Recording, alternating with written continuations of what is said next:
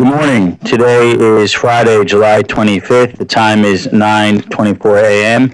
My name is Spencer R. Horn. I'm the Assistant Special Agent in charge of FBI New York, and we are here for a recorded proffer agreement with Ms. Maxwell. Good morning. Good morning, Ms. Maxwell. How are you? Good morning. Good. So the proffer agreement we signed yesterday, I just there's a place on it for us to all kind of initial. It's exactly the same document, and you'll see your signature. If you can just initial right to the left of right here, right there, and then Mr. Marcus will initial as well. Thank you. And just to kind of before we get going, I'll just say that exactly the same folks that were here when we met yesterday are here today. So I'm not going to do formal introductions because it's exactly the same group of folks. So we're continuing, Ms. Maxwell, our discussion of yesterday, and the same kind of rules apply. We'll take breaks. If you need to talk to Mr. Marcus or your lawyers, absolutely no problem. Just let me know. I'll try to ask my questions in a coherent manner, but if there's anything that I say that's confusing, definitely interrupt me. I will. Thank you. So I think the easiest thing to start with is there anything that we talked about yesterday that we're going to go through some more names. I think that that's one of the places that we interrupted just because there's a lot of names. But aside from additional names, is there anything that you wanted to kind of follow up on that we talked about yesterday, or anything that you thought maybe you remember more of or not? Some more names did come to me in the night, and I did have some additional memories of just for clarity. I believe I said that I couldn't think of anybody who I may have asked from Mar-a-Lago, but then I realized that the allegation at least is that I met in Mar-a-Lago, so I felt that I needed to address that, and I didn't want to leave that hanging because that seems weird under the circumstances. And also, but I couldn't remember anyone, and that maybe it was a long period of time.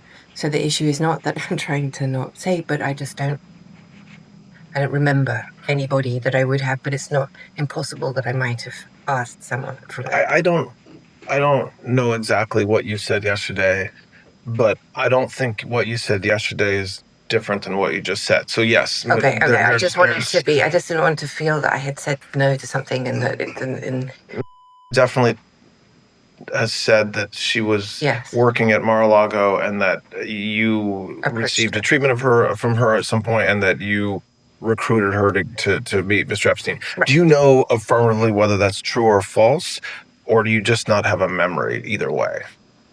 I really don't believe it's true, but I know that I did go to spas, and if I met someone, I did ask if they're home. So in the realms of possibility, it could have, but I have no memory of it, and I don't believe that it's how it went down, but I don't want to.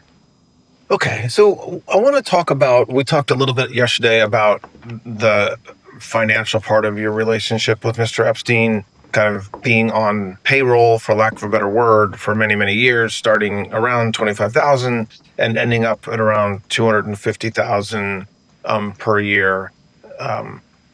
There's, as you know from your trial, there's banking information that shows a ton of money being sent to you from Mr. Epstein over the years, I think totaling something like $30 million, something like this. What's the why was that money sent to you? Like, what was that for? Well, first of all, I dispute the characterization that the money was sent to me. Okay, so tell me what I am stuck with the witnesses at trial and what was said at trial on that issue. So what is the what do you dispute about that? Well, I believe I don't have full recollection. I'm not even sure I ever saw what they accused me of, but my belief is that that money also contained money that was for a helicopter, for instance, that I never owned and I was never mine. And In other words, money was sent to you that you then used to purchase things, or? well, I'm not even sure that I purchased it. So those accounts would be controlled by his accountants. And Even accounts in your name, you're saying, or one of your entities. well, I'm not even sure I knew of all the entities. Maybe I did contemporaneously, but I simply wouldn't know today. So if there was an entity, let's say account X, if I really set that up myself, or whether they said we're doing this and the money's coming or whatever, but in no substantive way, I can't think of the right word. Did you have control over? I had no control, is what I'm saying. So when the government, when there was testimony or the government admitted evidence that showed, for example, $5 million in 2002 coming from Epstein to you, okay, what you're saying is that that happened, but that the you there wasn't money, that he wasn't giving you money. I'm not going to say that for everything, because maybe there were accounts that money was sent to me, but I can say that I've no, like the helicopter, I can definitively say. I'd have to look at all of them to be accurate for you, but to explain how or why I could be receiving monies, and I certainly did, so I'm not disputing all of it. When you said that, let's go back and look at why did money have to go into your accounts or account that was controlled by others but in your name to like purchase a helicopter? Oh, that's a very good question. I'm not sure I know the answer to that. I don't. So let me ask this maybe a different way that gets to the issue, right? So the accusation by the government, based upon the evidence they collected, is that Epstein paid you millions and millions of dollars over the years. And the reason why he paid you that is because you were performing an extraordinary service for him by recruiting young women, many of whom were underage, so that he could sexually abuse them. Okay, that's their allegation. Okay. From what you said yesterday and from what I've reviewed about you and Mr. Epstein, he paid for a lot in your life. Your flights, where you stayed with him. I mean, he didn't expect you to reimburse him along the way for food, and so he took care of you for many years. That is true. On top of that, he actually paid you a salary, as we talked about, $25,000 to $250,000. What else did he give you, or what purchase? Like, was there a time when he gave you $1 million or $500,000 as a bonus, or what financial benefit did you receive from him besides what we've already talked about? We don't have to talk about what would Okay, I got it. Okay. So my goal always was to become independent, independently financially secure, and work for myself. I've never been one to not work. And in that regard, over the course of my friendship and my working relationship with Epstein, I expressed to him my desire to be independent of him everywhere, just to be freestanding. And that with that in mind, I wanted to have my own businesses or my own money coming in, independent and separate from any salary that I received from him. And I needed that for my self-esteem. I've never been, obviously salary, and it was a very generous one. Please, I'm not belittling the sum of money because it's huge, but I was brought up to work, and I was brought up to be my own, The first time, so I would either propose businesses to him, or he would actually suggest, why didn't I do something? And the first deal that we did, or the first business that we had, or I had, and that he financed for me. So he loaned me all the money to enable me to do this, and then I reaped the profits, which I don't remember now because we varied over the deals that we did. That I would give him 50% or 25%. It was sort of. It was random. And I can tell you what it is. So Yeah, go ahead. Yeah. So it was in Palm Beach, actually, and it was in real estate. And they sold what was the grounds originally of an estate called the Phipps Estate. And then they converted the land that came with that estate into houses. And I did, I think 2 or maybe 3, I can't remember now, but certainly 1 and maybe 2. Possibly 3, I don't think so, I think 2, that then were flipped and there was a profit. So that would be an example of that. But I didn't have the money. So he lent me the funds to do that business transaction, and then I reaped the profits. And so, but when that's millions of dollars. When a financial investigator, like the FBI, looks at accounts, they don't know kind of the conversations you're having, they just see the money. Right. So in those cases when that happened, when he financed that with you, would he send money to you? So does that explain some of the money? Like, I think it does. I think, for instance, there were 2 Gullwing Mercedes that they did with Mercedes and Aston Martin. You can look up, I think, if I'm right, that had the doors that would come up like this, that were only very limited number that were made. So I knew that we could get those and would flip them like within 24 hours, for example. Also, here's another example of something that you guys wouldn't have known about, is I became a banker. I got my Series 63, Series 67 banking license and became a broker for like a new minute. And then because I was day trading, everything I had, I day traded through an account. And I think I was lucky more than smart, but I made quite a lot of money doing that. And so when was that? Like what? That's in the 90s again. I think, well, you can find it. It'll be my banking license, right? That'll be something that you can look up probably. So whatever that is, and I just don't remember when that is. I'm sorry. So okay, so for example, I was doing really, really, really well, and so he was like, "How do you do that? Why are you investing in Apple when nobody liked Apple? This is, before Apple or Microsoft." I didn't know Bill Gates, so this is not related to him. But my family... Don't charge with insider. No, I'm not trying to suggest that. Oh, goodness, please, no. I had no... It's a joke. Okay. It's a joke. Yeah, no, all right.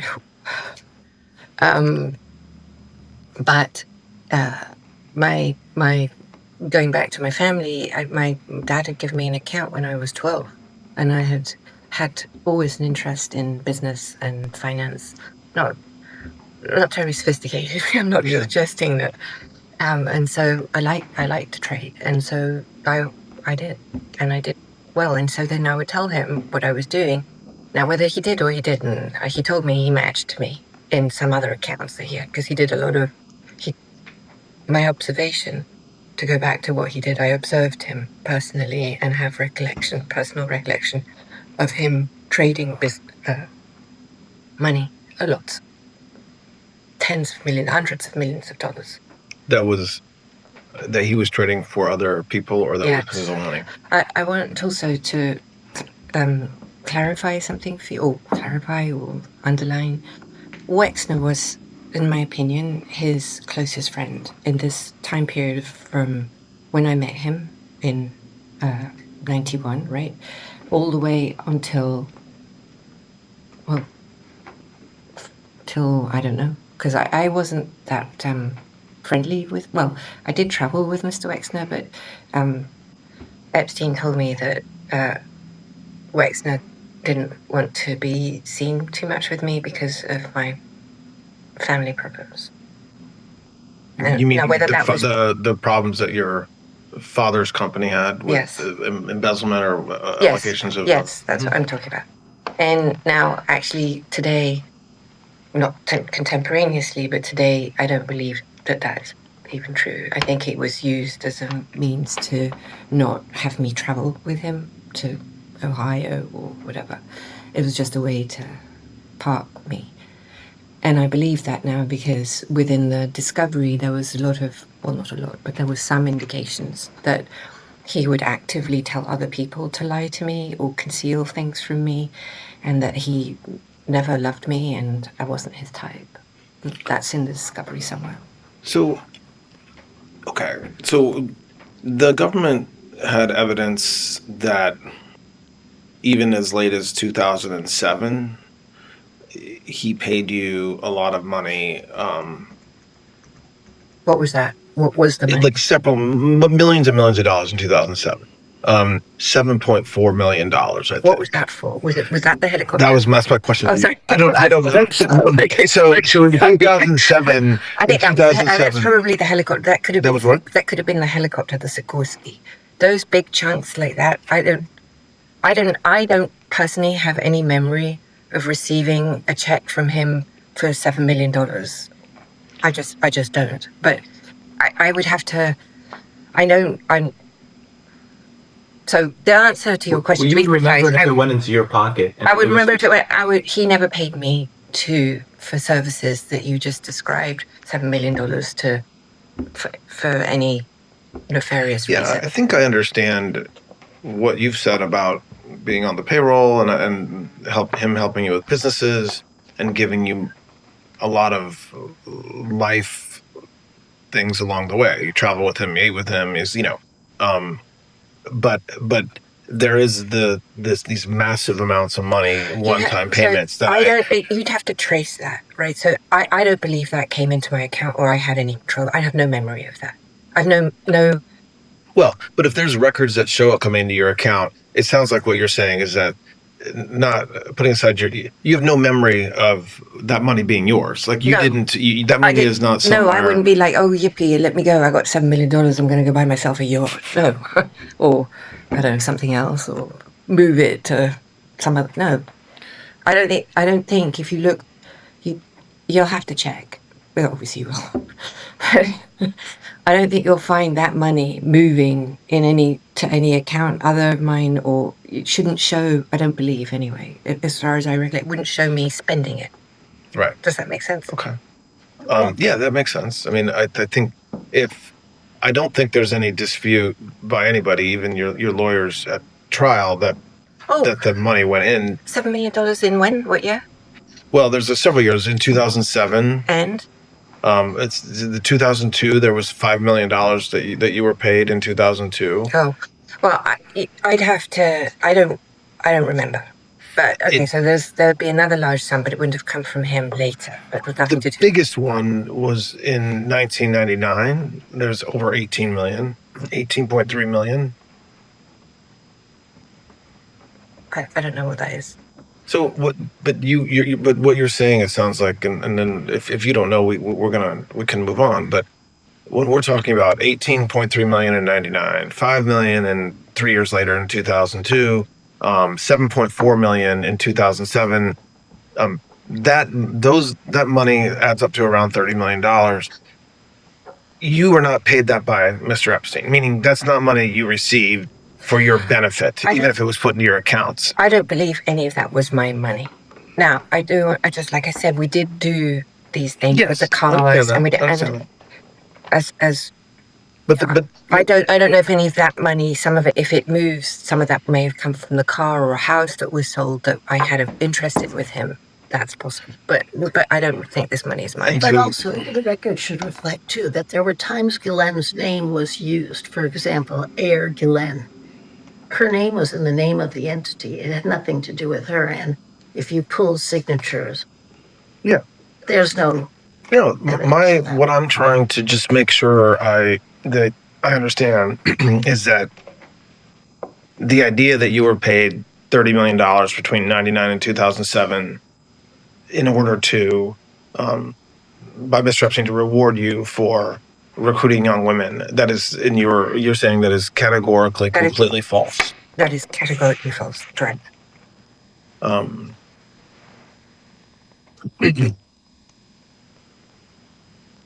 okay. So I want to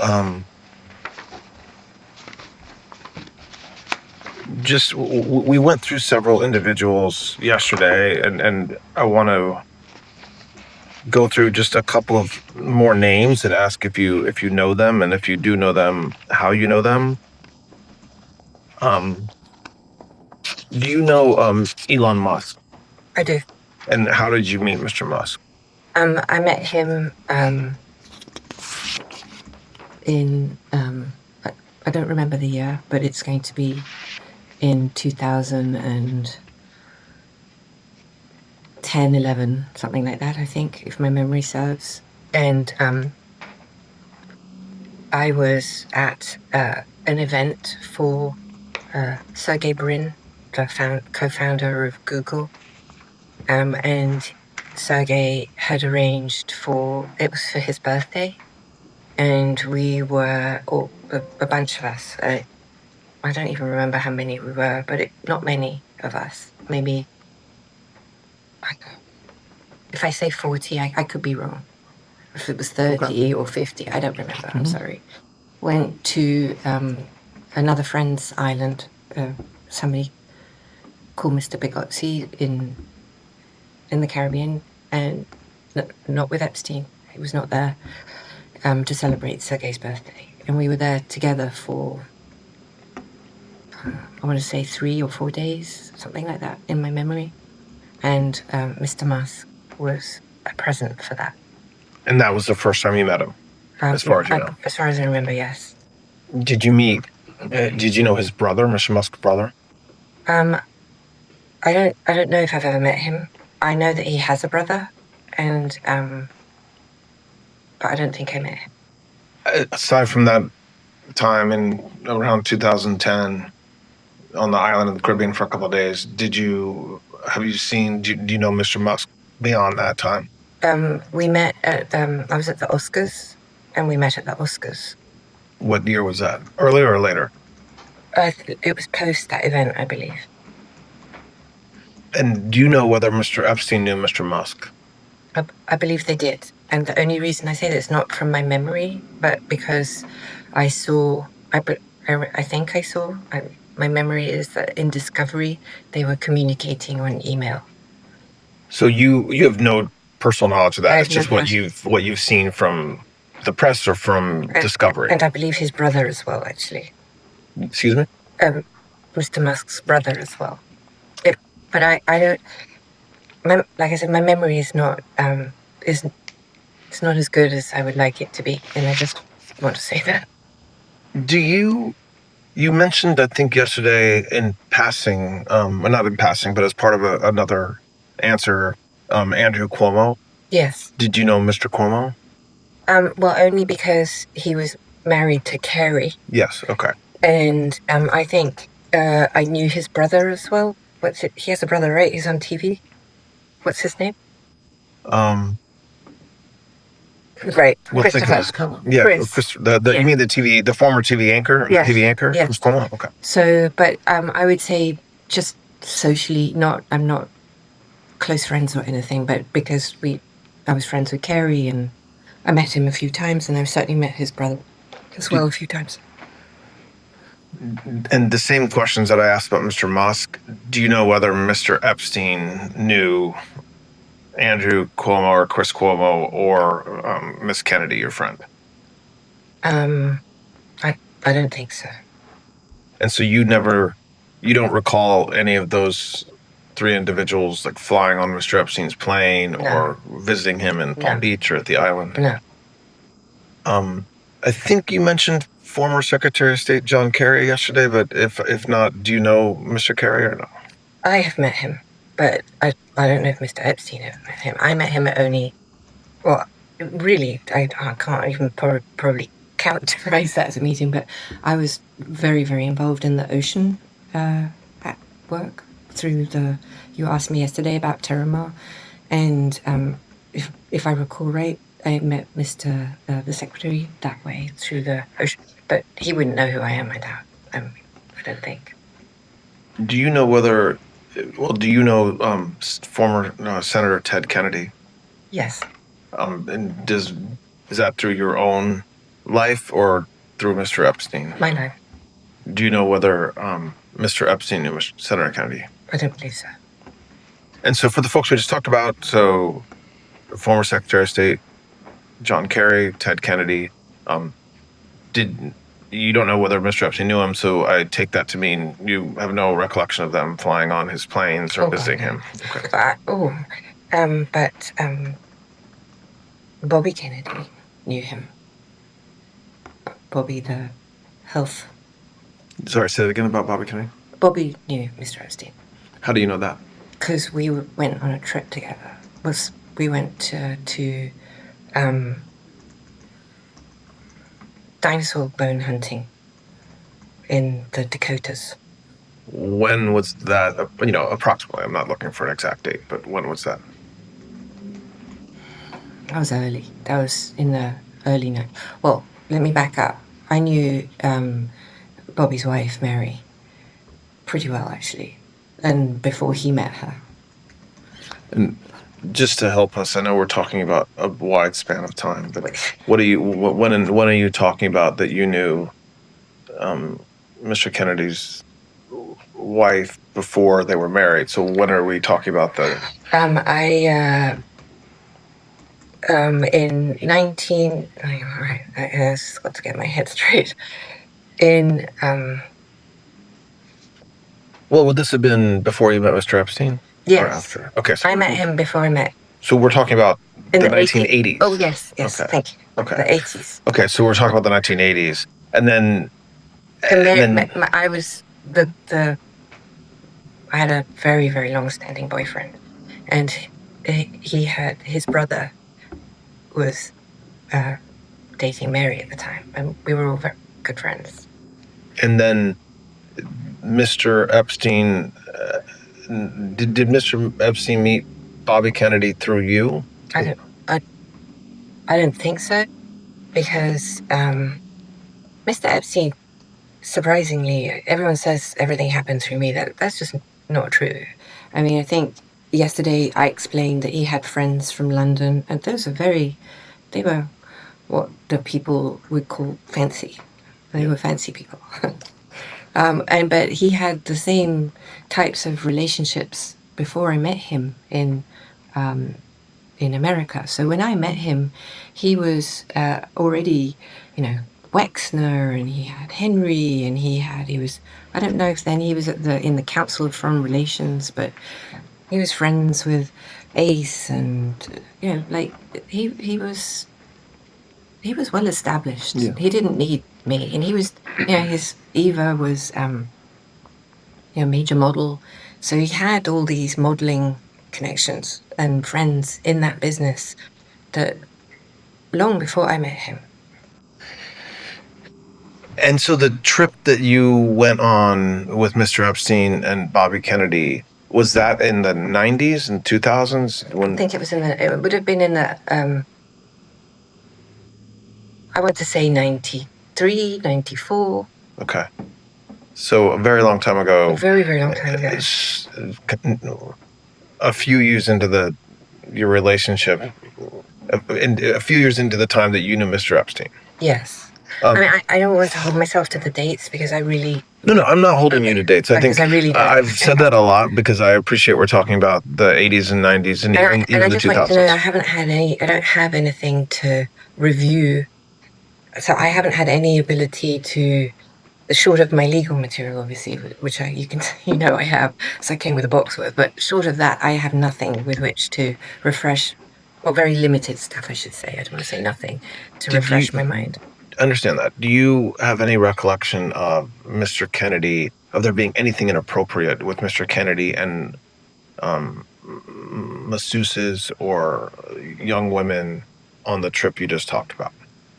I never saw anything inappropriate with Mr. Kennedy. And do you know whether he ever got a massage from one of the masseuses? Do you know either way? I do not. But not something you remember? I mean, absolutely not. Yesterday, if I didn't make it clear, I will reiterate it. I ever saw any man doing something inappropriate with a woman of any age. I never saw inappropriate behavior. Now, I'm not going to say, you know, hands or, I mean, that to me is not inappropriate. Now, if somebody's inappropriate and mine may be different, but Yep. I'm not talking about anything that's resembles the accusations that we're discussed here. So that would be a flat no to any man. Did your or Mr. Epstein's relationship with Bobby Kennedy continue into the 2000s, as far as you know? I would say yes. Um, Well, mine, yes. you're with you. With me for sure. And do you know whether Mr. Epstein and Mr. Kennedy, Bobby Kennedy, continue to have relationships into the 2000s? I have no personal knowledge of that. I mean, because Yeah. here's no personal knowledge is another fine. thing is that everyone puts us together Yeah, like yeah. a monolith. He literally had a separate life from me. I literally had a separate life from him. Now, did they say? Well, of course they did. I'm not crazy, but he kept a lot to himself, and he didn't like to share. He was not a sharer. Well, at least not with Mr. Epstein didn't share, you're saying? Not with me, no. Did you, do you know somebody named Cheryl Mills? That used to do. work in the White House as Yes, a I do, lawyer. yes. How do you know Miss Mills? I met Ms. Mills through President Clinton. And do you remember generally the time frame that you met her? I do, actually.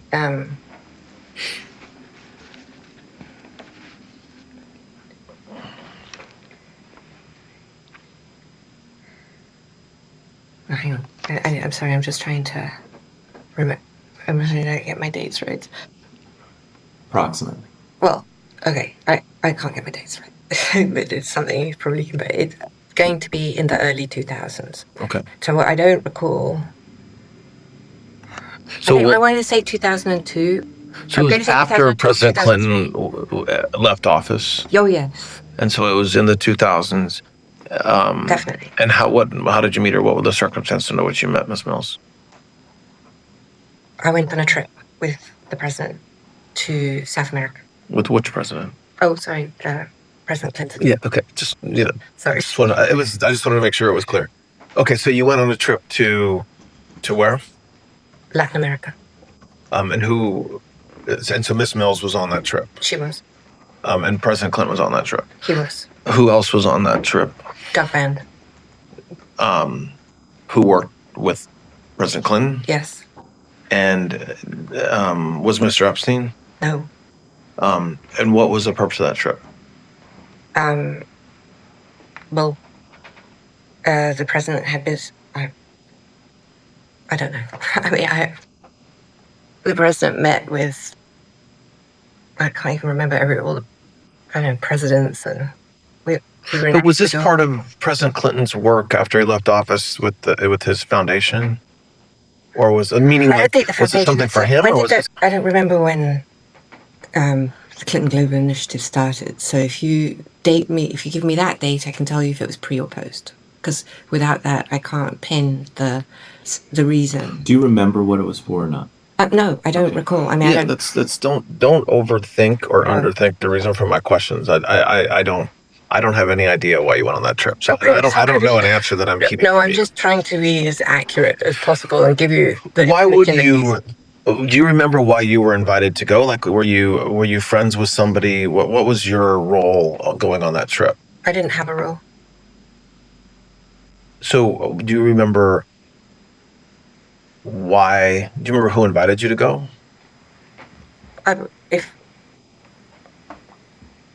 Probably Doug Band. And how did you know Doug? Because Doug again back with Philip Levine. And do you know whether he had a relationship with Mr. Epstein? Who? Doug. I don't know. I mean, nothing. I don't believe there was any relationship other than I helped. Well, without me, I don't think there would have been those flights because I was the one who asked Epstein to provide the plane for. Well, certainly I remember the one to Africa, of course, that big trip.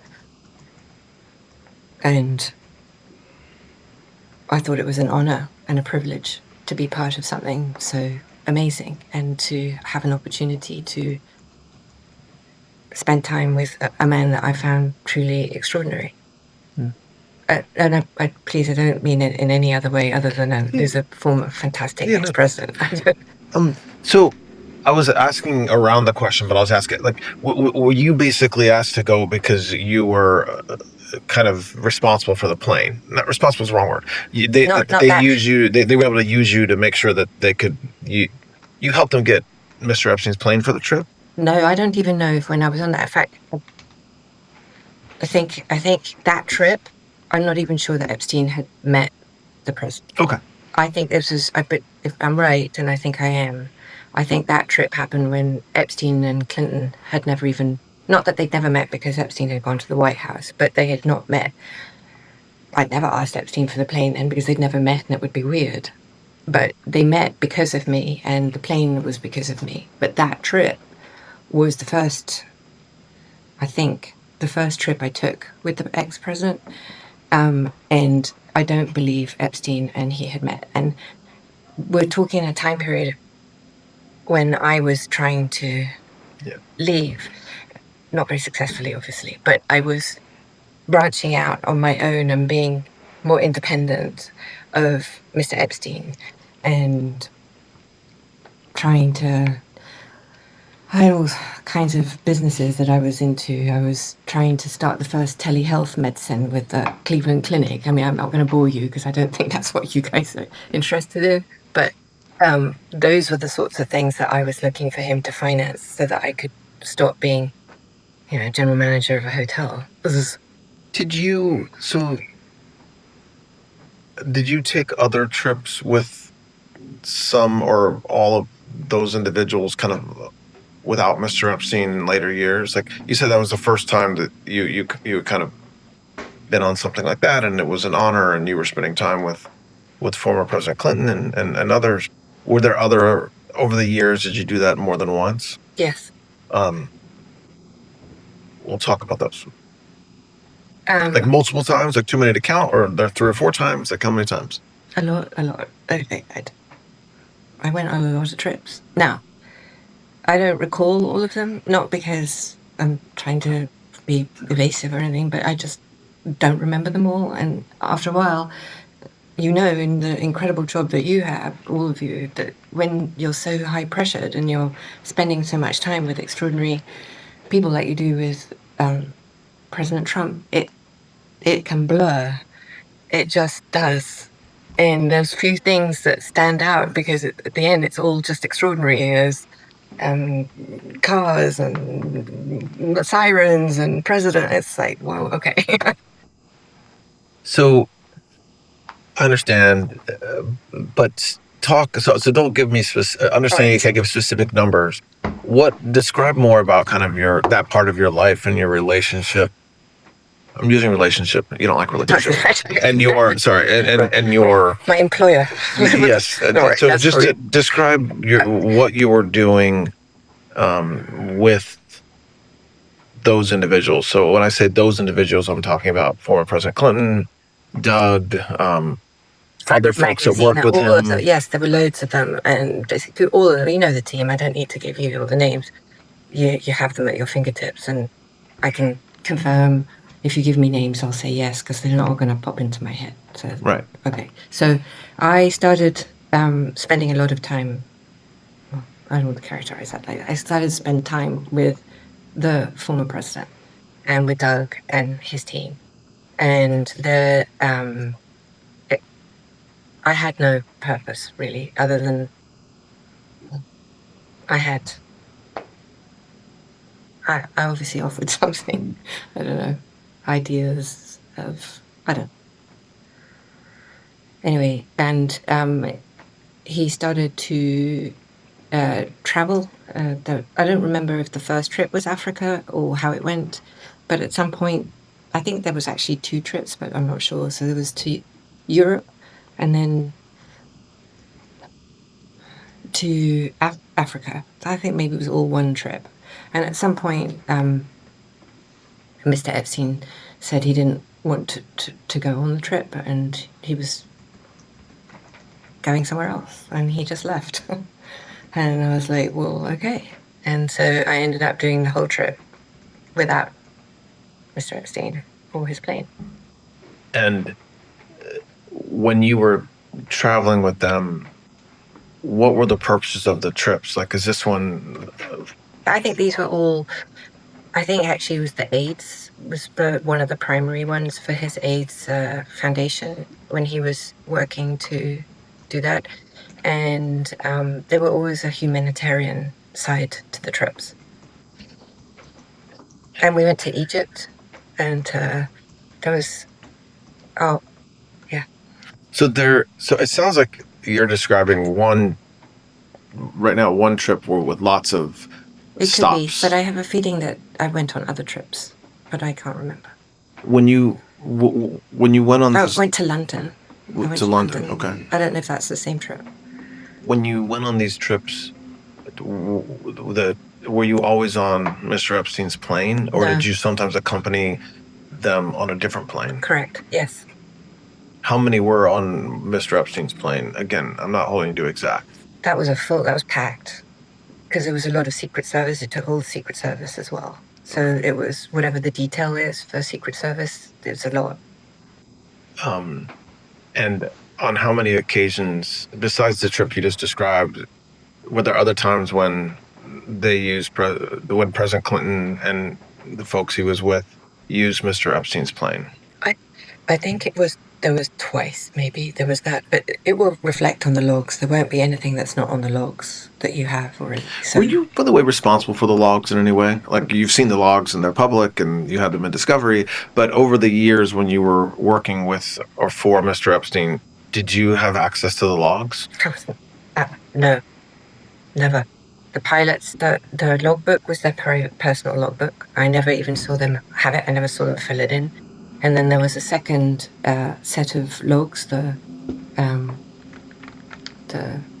flight manifests, and I never saw those either. I was never allowed, I suppose, because they want me to see. Do you know whether Mr. Epstein had a separate relationship with President Clinton, different from what you just described? So different than being with him with respect to his foundation or something like this? I would say no. When's the last time that you went on a trip or saw President Clinton? It was in it was late 2000 and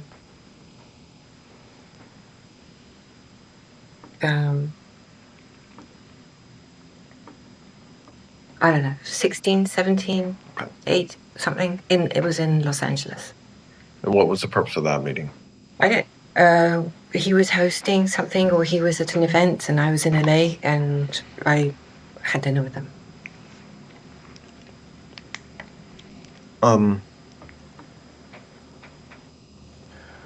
Did you ever meet Secretary Clinton, Hillary Clinton? Yes. When did you meet her?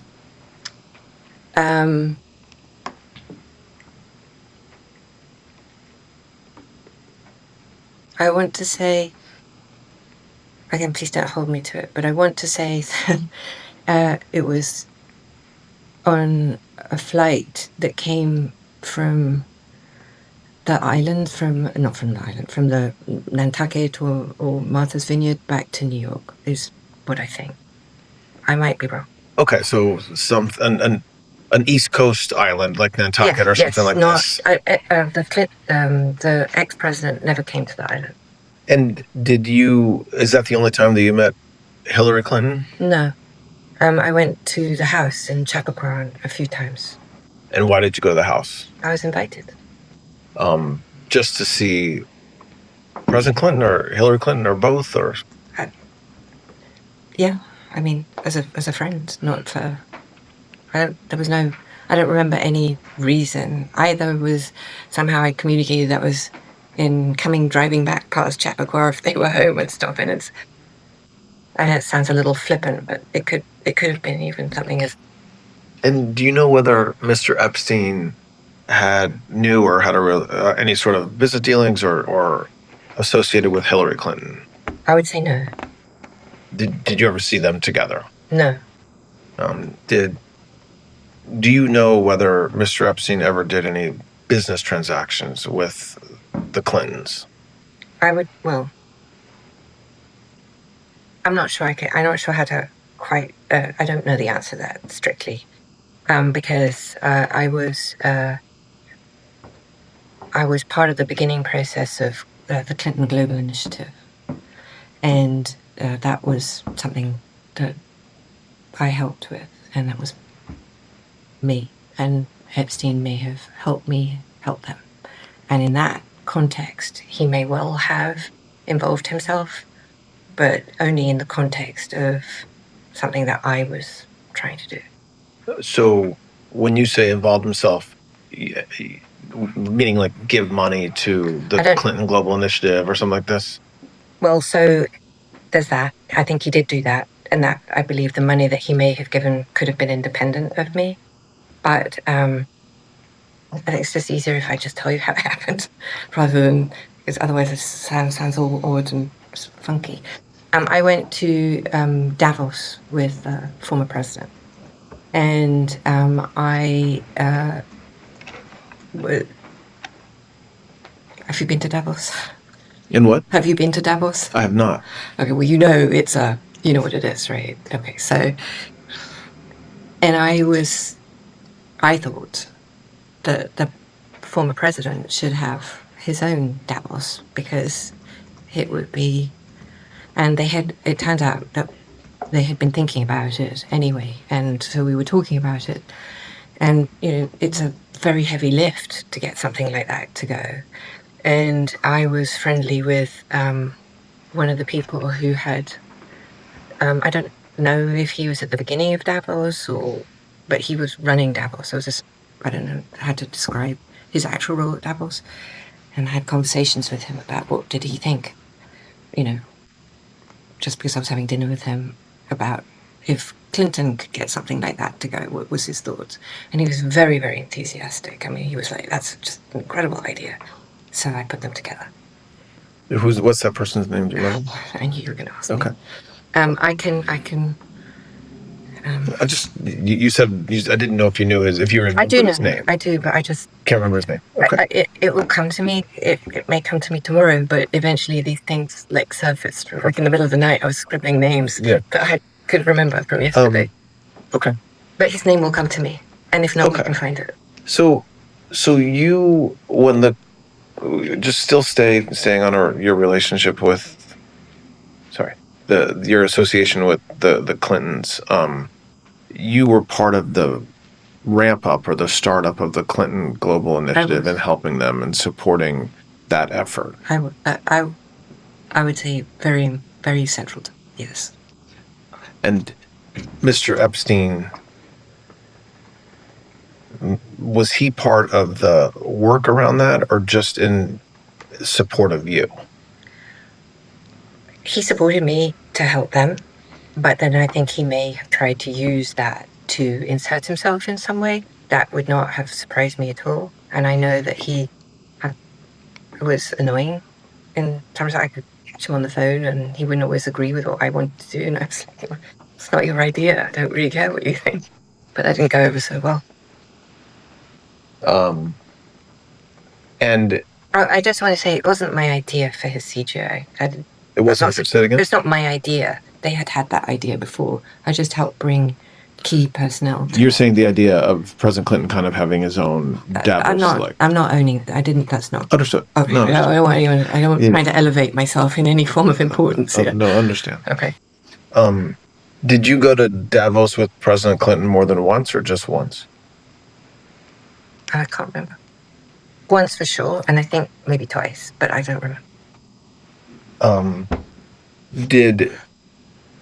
And you're not, I think you said you're not aware of President Clinton ever going to the island. He absolutely never went. And I can be sure of that because there's no way he would have gone. I don't believe there's any way that he would have gone to the island had I not been there. Because I don't believe he had an independent friendship, if you will, with Epstein. Did they speak? Did he go on? But yes, but that's very different from going to spend time online. And plus, the story as told is so patently absurd that I flew him in the helicopter. I am a helicopter pilot, that is true. But the notion of me flying an ex-president on a machine, that would terrify me. I would never even take that responsibility. Can you imagine? Yeah, no. No. Did you ever go with President Clinton to any of Mr. Epstein's properties? So like out in New Mexico, Palm Beach, or in New York? I have no memory of him in any of those places. When you were in London with President Clinton, did you ever go to your flat with him? I don't think he did. I don't think so, because it's like you wouldn't even be able to carry on a secret service with him. I don't think so. No. Okay. Do you know? We talked a little about the Duchess of York, about Sarah Ferguson yesterday. When's the last time you saw her? Like, were you with her, hang out with her, socializing with her in the 90s, 2000s, both? She's, well, I had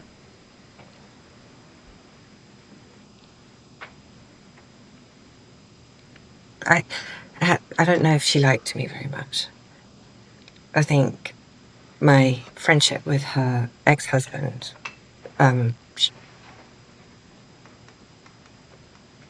sometimes she really did like me, and sometimes she didn't. So maybe a friend of me? I don't know. It was always friendly when we were together, but I think that there was some latent hostility. And Is that something you've heard since everything came out, or along the way you felt that way? No, that's how I felt. That is a characterization of myself. That's how I felt about her. I would never. I was always friendly with her. I've seen her many times, and she's also super close with other people we're very good friends with in England. I think that she liked Mr. Epstein. Why do you think that? My female intuition. What discovery? Oh, a letter. No, I don't remember it. Well, okay, I don't. It's possible that there's things. Well, I know it's not possible. I know that there is discovery, but I don't recall. But I think she had a thing for him. There's some actors or some folks from Hollywood that I want to ask you about, just to understand whether you knew them or Mr. Epstein knew them. Chris Tucker? Yes. How did you know Mr. Tucker? I think only from that flight to Africa. But I do think that they met. You say that flight to Africa, the one we were just talking about with Yes. President Clinton? So, Yes. Okay. Sorry, go ahead. Yep. But I also think that they kept a little bit in touch. And I think they met, or I have a memory of him, maybe in LA. I don't know. I think they sort of loosely stayed in touch. I don't know. I don't know how to say that. Do you know Mr. Tucker besides that flight? No. And do you know whether, when you say you think that they kept in touch, you mean you think that Mr. Epstein and Mr. Tucker? They may have. I didn't, but he might have. I'm not sure. Kevin Spacey? I know him also from that same flight.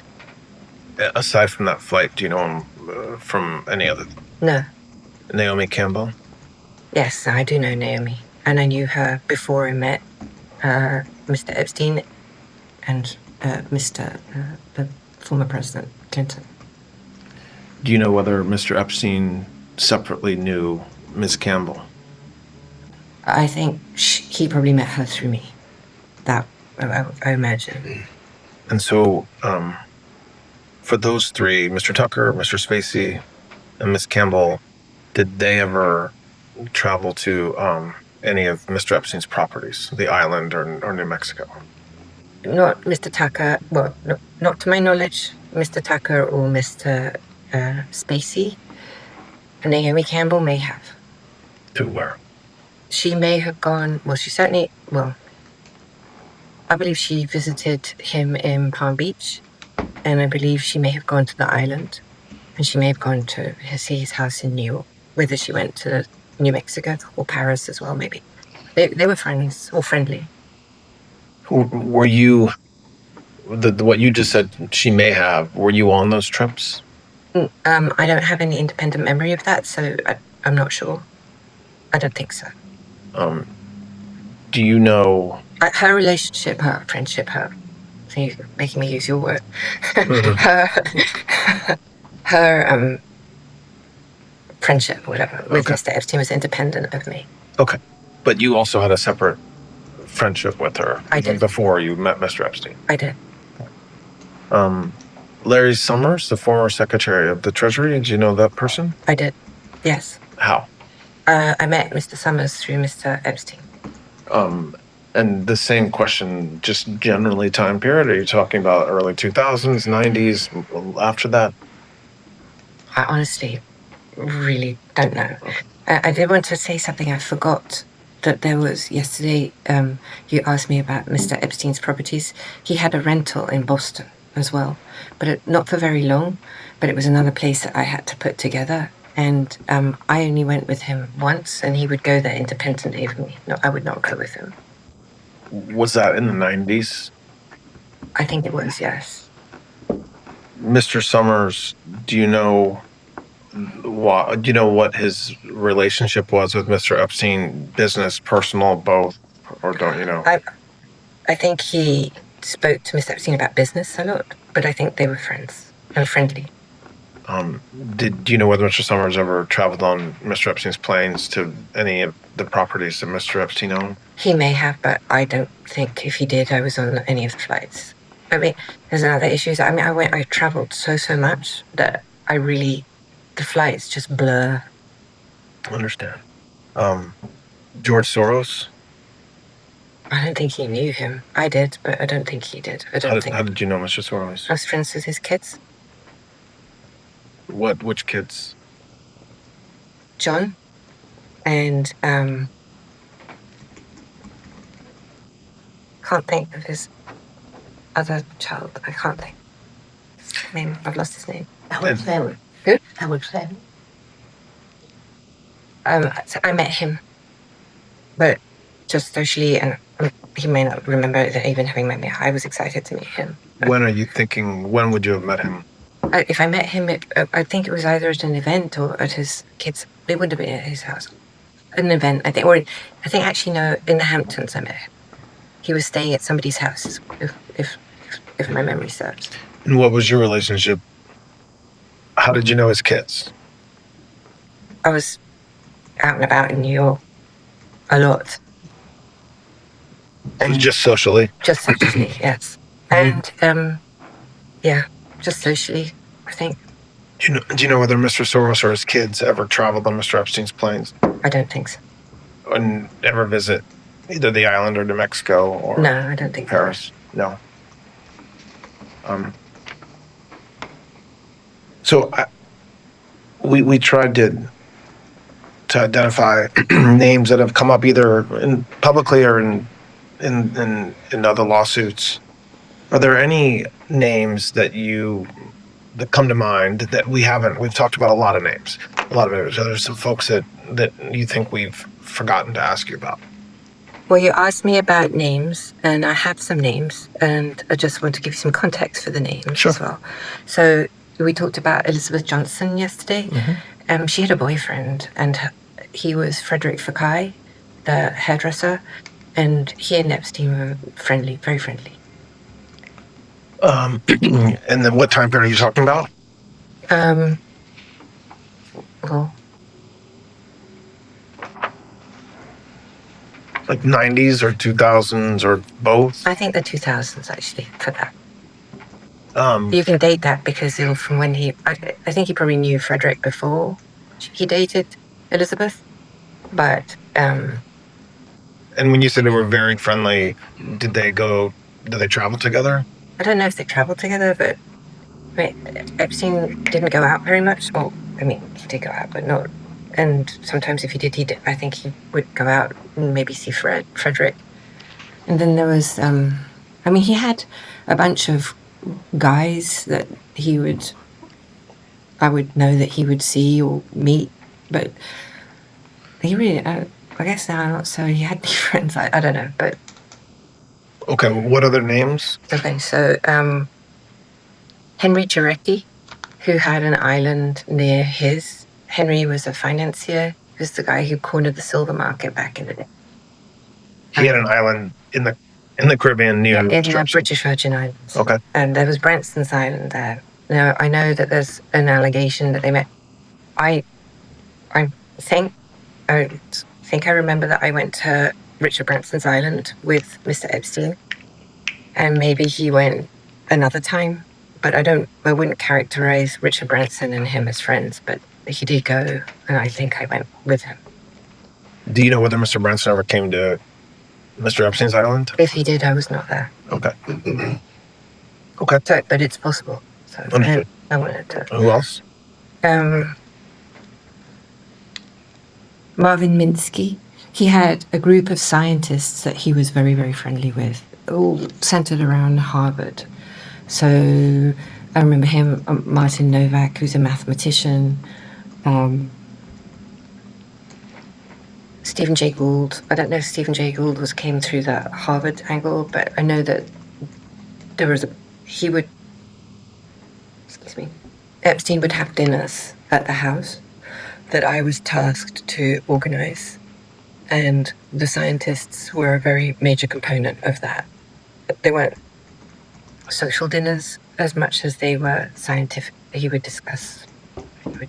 But if you were in the area of brain cognition, or he would invite them to the house, and they would come, all of them. Or any name you can name me, they would be there. So let's talk about that relation, those associations or relationships he had with the mathematicians and with Harvard, and I think with MIT to some extent as well. MIT too. What from what you observe, what's the reason behind him having developing those ties with Harvard, with MIT, and with certain professors and others associated with those institutions? He really was profoundly interested in that area of science and in the brain, and if you were in Stephen Jay Gould or the major scientist on happiness, it came, I believe, from a genuine area of interest, not from anything. And how did he become friends with them? How was he able to spend time with them? Meaning, did he donate to the university and then they were it was mandatory fun for them, or did he have relations with them where he would host them? I don't know if the chicken or the egg came first. Okay. But when I met him first, he was already doing a lot of this stuff. This is not, I've read, so this is why I'm saying this. I was not responsible for this area of interest. I certainly, sorry, just to bounce a second before it slips my mind and I leave something out. There was an institute in New Mexico called, anyone? The Institute of, it's very famous. We're not talking Alamos. Anyway, all right, there's a very famous institute in New Mexico. You can look it up. It'll come to you the minute you put it in your computer. And there had some of the biggest brains ever. That relationship came through me. So that's me. And that is because my father was one of the major scientific, hit up my family fortune when I had one, came from scientific publishing. And when it started from the thing that you were asking me yesterday, my father was in the Second World War, I told you, and he won the Military Cross, and then he actually was part of intelligence back in the war, and his job was to interrogate German scientists and prisoners of war. And then that parlayed into business with Springer Verlag, and then into Pergamon Press, which was the scientific journals business. And he had an interest. He believed that its knowledge is what would prevent war, and the biggest scientific discoveries, well, not all of them, but many of them coming from the Eastern Bloc. And that's how we have the relationship with Santa Fe Institute and Murray Gell-Mann specifically. And I introduced Epstein to Murray Gell-Mann. Sorry. Is this Santa Fe Institute? Yes, thank you. And Murray Gell-Mann was there, and Murray Gell-Mann and Epstein got along very, very well. Yeah. And he was a man of the cloth. So do you know whether, so when you meet Mr. Epstein in the early 90s, continuing on, so not what he had done before,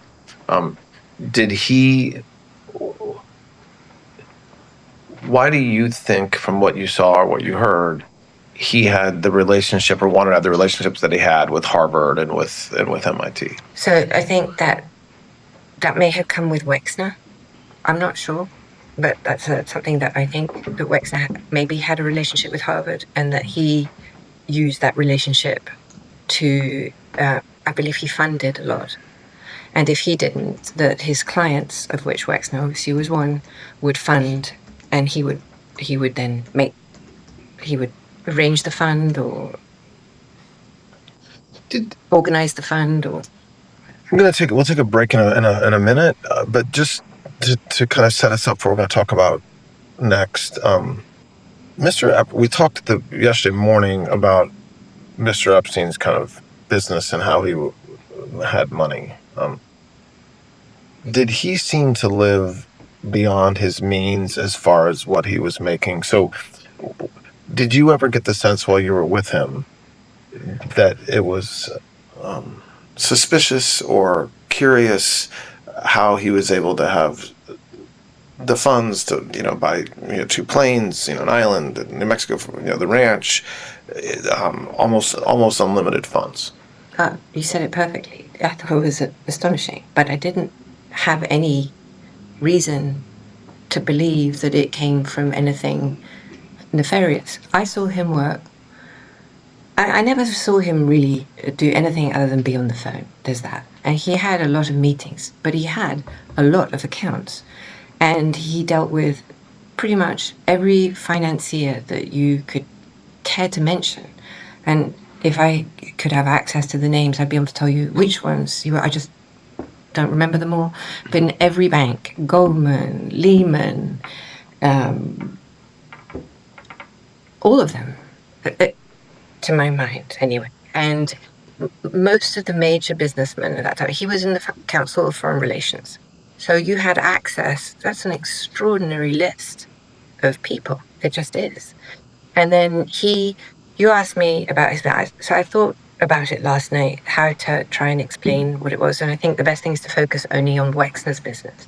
So I was present for some of their meetings in some of their business. And I listened. And so things that I personally recollect, and I know I heard, was that he would, when I told you yesterday, I think that no detail was too small, so he would do the contracts with the staff, I think. And I saw that myself.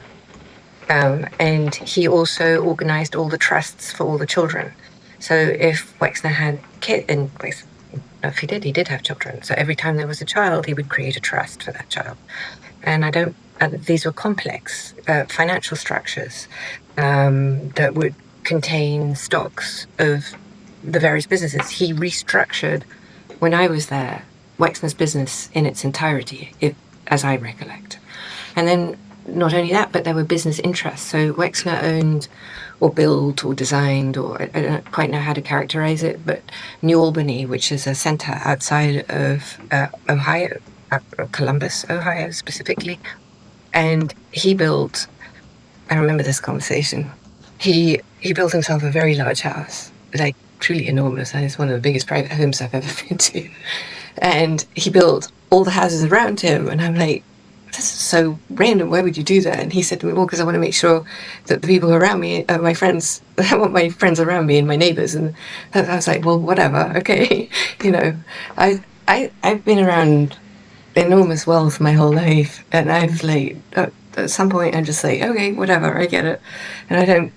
And so that's what he did. But Epstein ran New Albany, which included a country club and a golf club and I mean, gosh, your boss is one of the all-time great, businessmen in this area. You know what that is, and he certainly does. So there'd be that, and there was a business that Epstein, well, he told me he owned it. Of course, I can't say that for sure because I don't know, but it's a sports thing. Riddell, is that a business? Riddell's? I thought about it last night. It's red and it had hats, helmets. Riddell's? Rydell. Riddell. Yeah, Riddell's. Okay. Now, how he owned that, well, he told me he owned it. But how he owned that, but that was before I think I came in and he had it. Or he said he did. Got it. And he had other businesses. I know this notion that he did nothing and he just was a grifter and whatnot. Okay. I'm not going to say that's not true, but it's not what I saw and it's not what I believe is true. Not because it couldn't have been that he didn't grift or whatever the word is of people, but I saw what I thought looked like real work. Well, why don't we take a break? Okay. Yeah. All right, the time is now 10:35, and we'll take a break. We are resuming from break, and the time is 10:49 on Friday, July 25th. All right.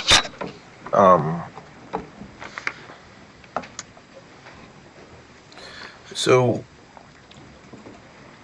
we've talked around this issue, but talked about it a little bit. I want to spend the next hour or so, or however long it takes.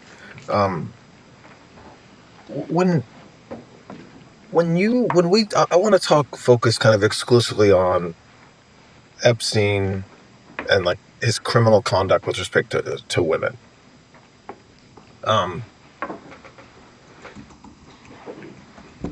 Do you said yesterday a couple times that like you now kind of recognize or think that there was things that he did that you didn't know about and that he kept from you or that you didn't see. What did you see? So you said yesterday, and I'm not trying to put words in your mouth, but at some point he was getting massages 7 days a week, sometimes multiple massages a day. Women have said that were there, that say they were there giving him massages, said that those included some sort of sexual conduct, however you define that in the broadest sense, not just a traditional massage regularly. So what did you see and hear at the time? And then I think, aside from what you saw and heard at the time, now that you've been through what you've been through and heard people say what they've said and read what they've read, where does that leave you in your mind with what happened? Okay. So I saw Epstein with women. What I mean by that is he would have women around him, or women on the plane, or women in his house, or that's how I'm explaining that. Those women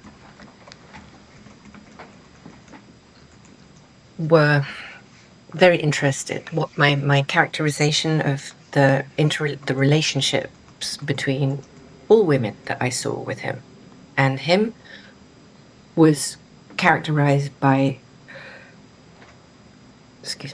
their interest in him as I would see it. And by that I mean I never saw anybody who didn't want to be with him, maybe socially or whatever. I never saw anybody not under any form of duress in any type of situation where they were, as I would characterize it, looking uncomfortable or in any way distressed. In the entire time I was with him, traveled with him. I never saw that. So anytime I saw anybody with him, they were happy to be with him. He would ask people all the time, whoever you were, to massage his feet. He'd be sitting there and he'd have somebody massage his feet or squeeze his shoulders, or I saw that a lot. It was an ubiquitous interaction, if you will.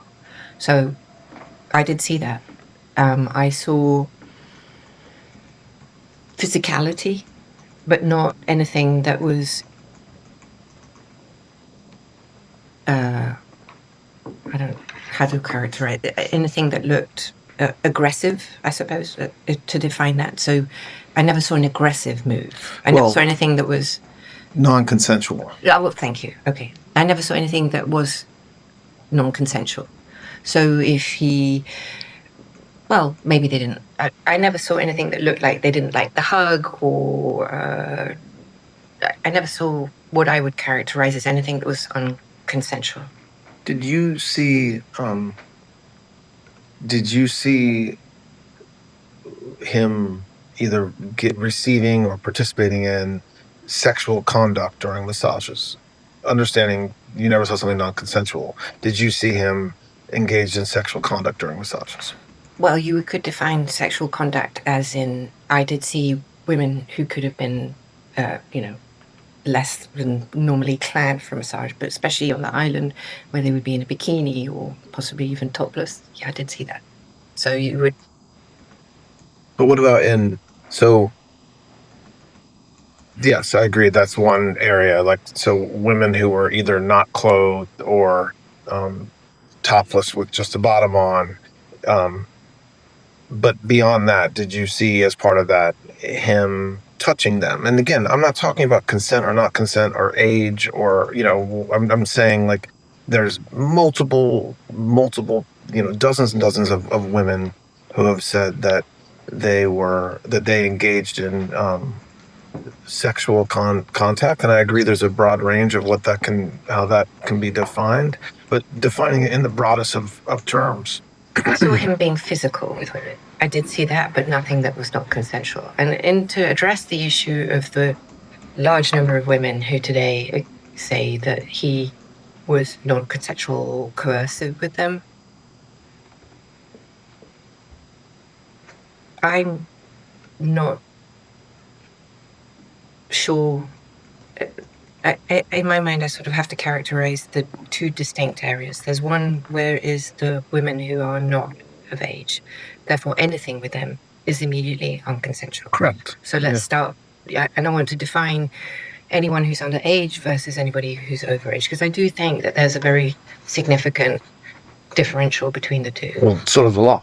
Yeah. Yes. I don't mean that. I agree with you. Yes, I agree with you. Yeah. Okay, so I want to deal with the thing which is really why we're here.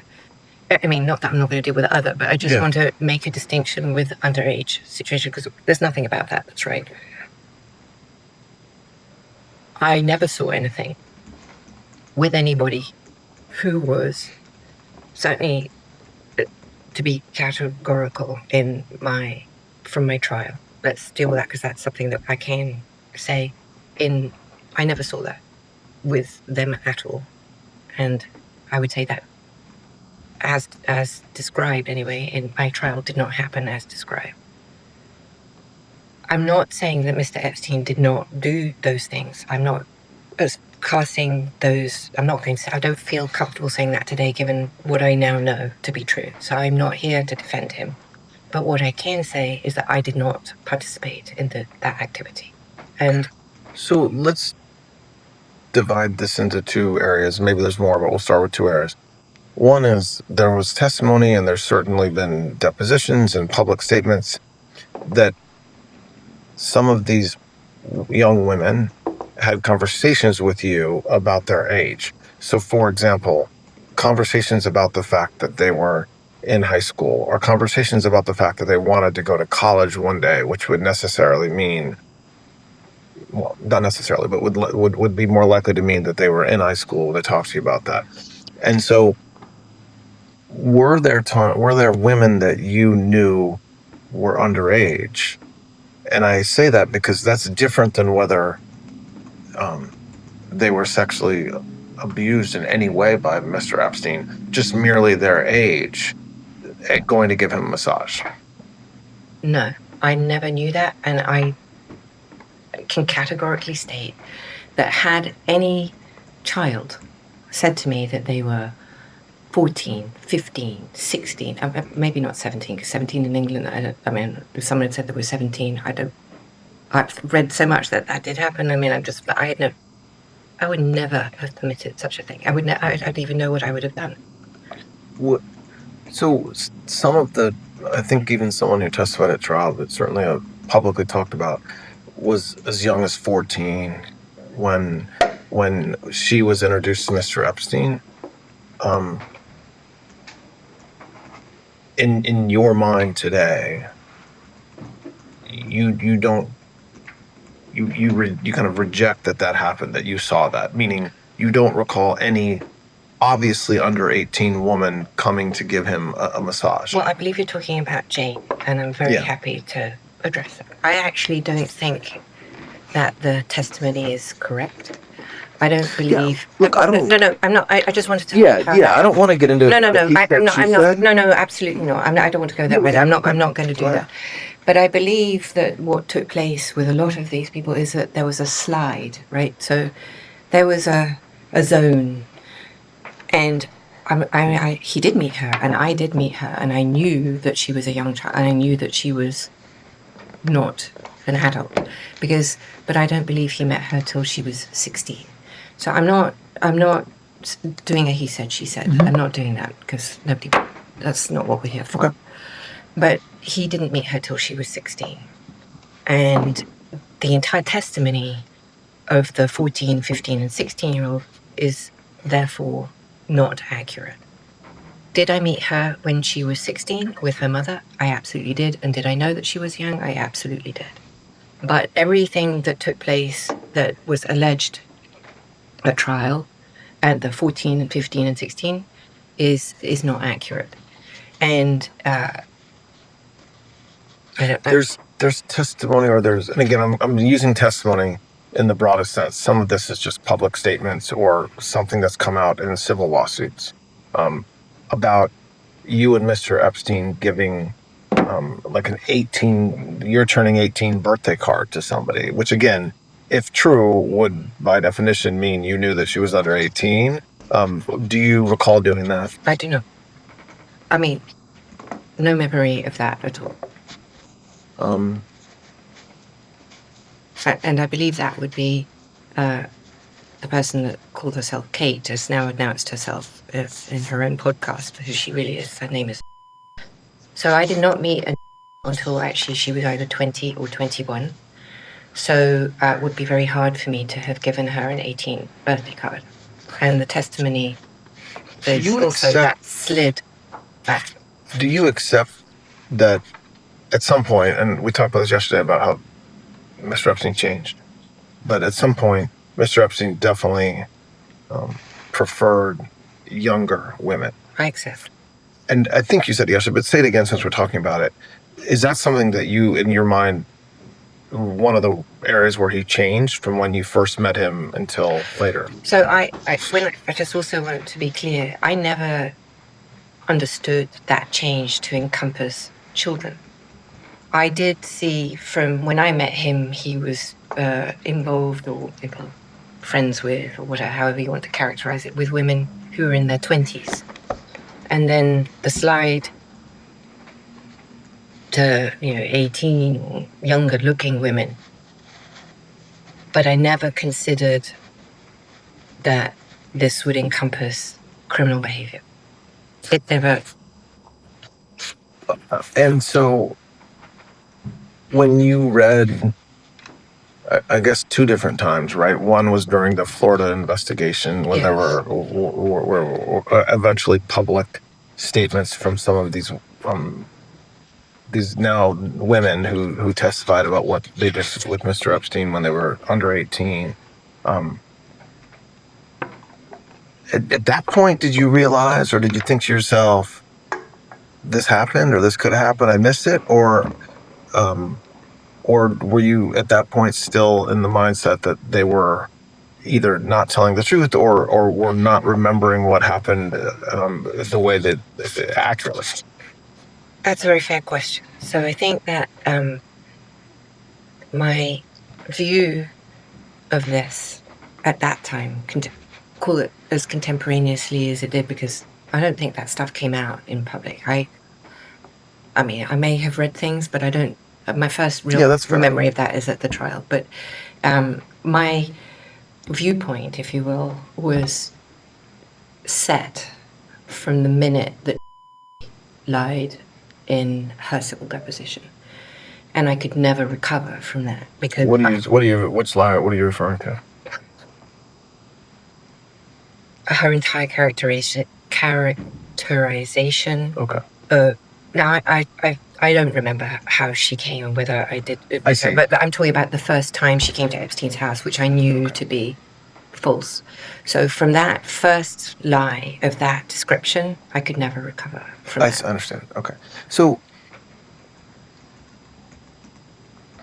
And that tainted, sorry, just so that we're clear, it tainted then the testimony of everybody else that I saw that came post that, because I had my own personal experience, which I knew to be false. yeah.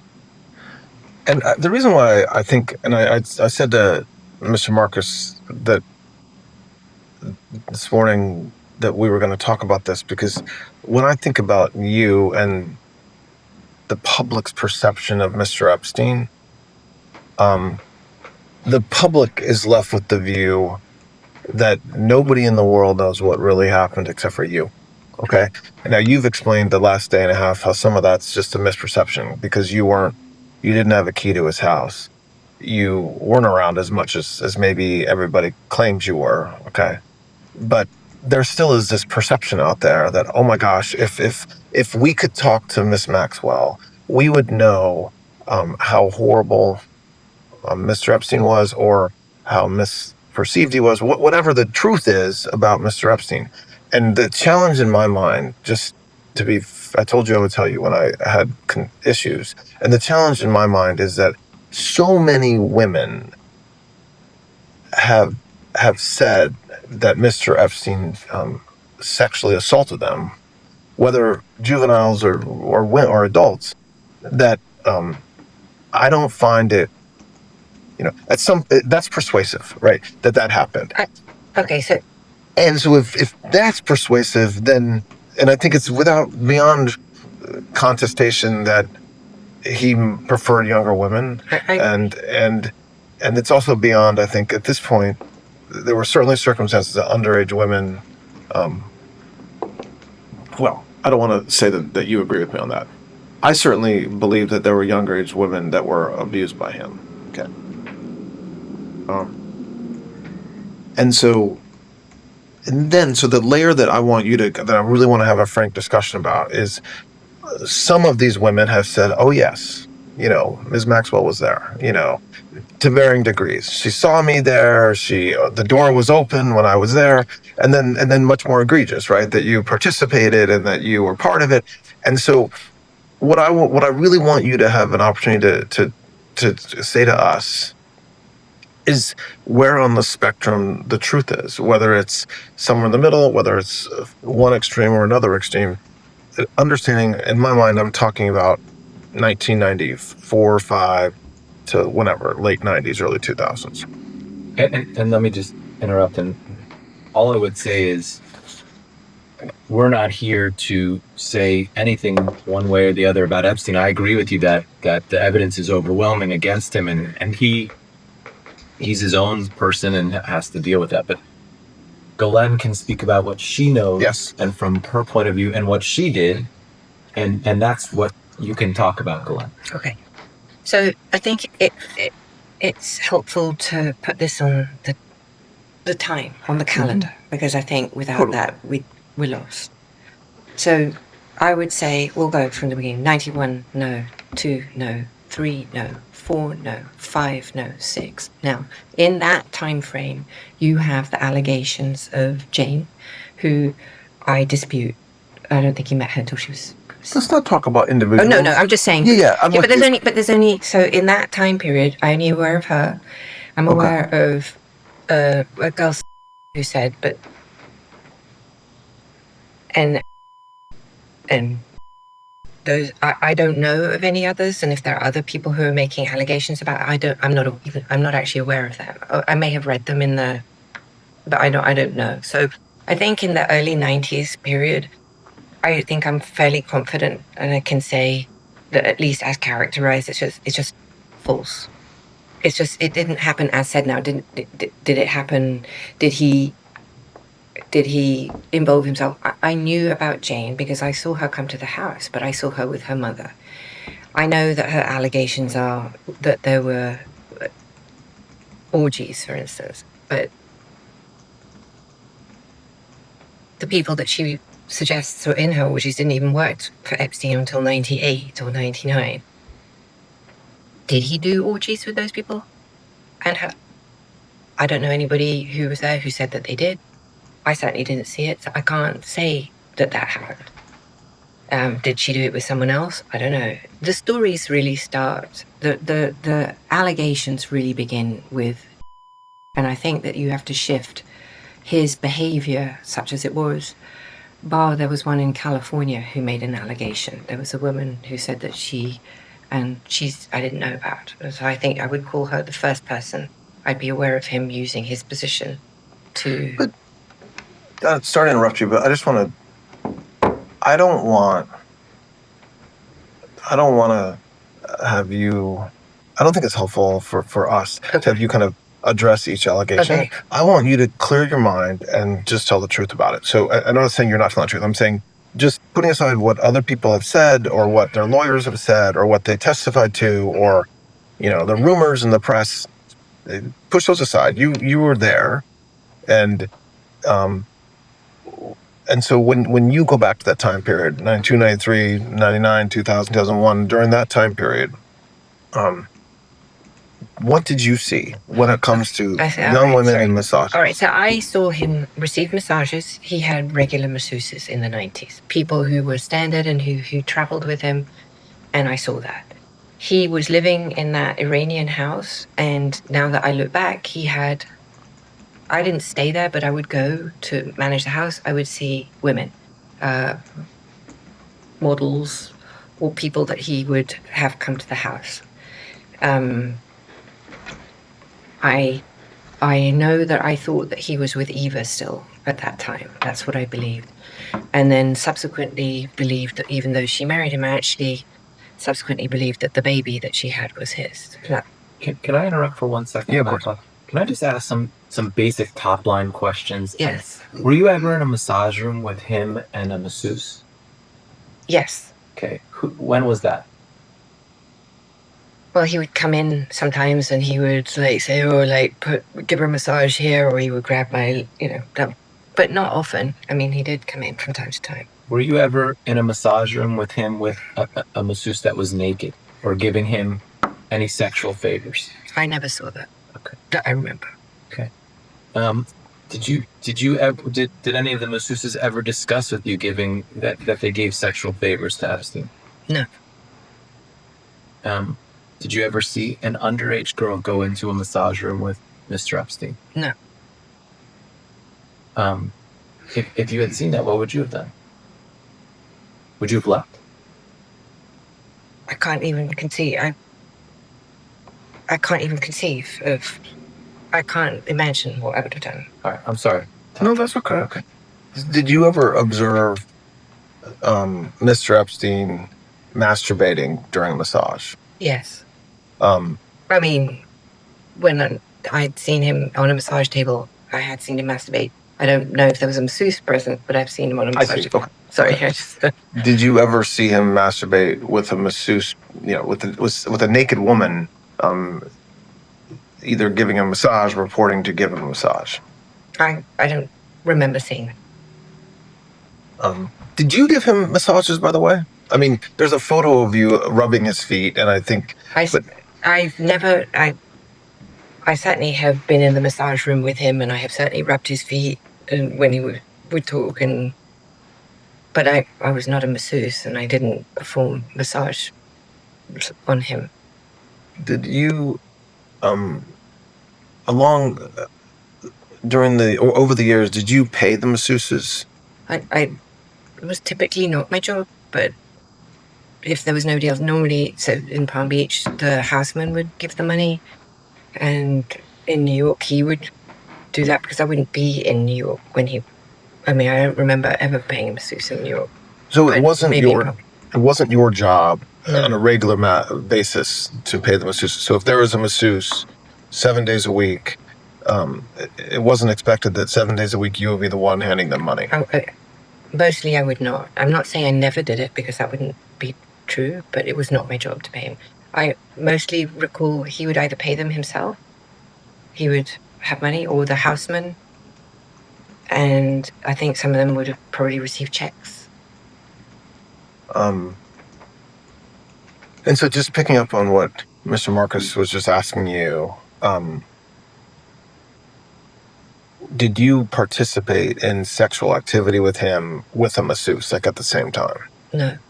And so the testimony, I don't know if there was testimony, but the women who have said that happened, categorically, that's not true. That is categorically not true. Did you, moving past moving into the 2000s? I just want to say that I remember there'd be times when he'd be getting a massage and I would be in the room, I could be on his feet and somebody else could be on his feet and we could be talking. So there is that. But that's not, you're not talking about something that's sexual, you're talking about literally just rubbing his feet. Yes. Okay. But I mean... No, that's not what I'm talking about. No, I'm saying... There could be, sometimes the women might be topless who are giving that, so you could say that was sexual in that context. No, I'm talking about the repeated reports of certain sex acts happening with you present and even participating. No. Did you...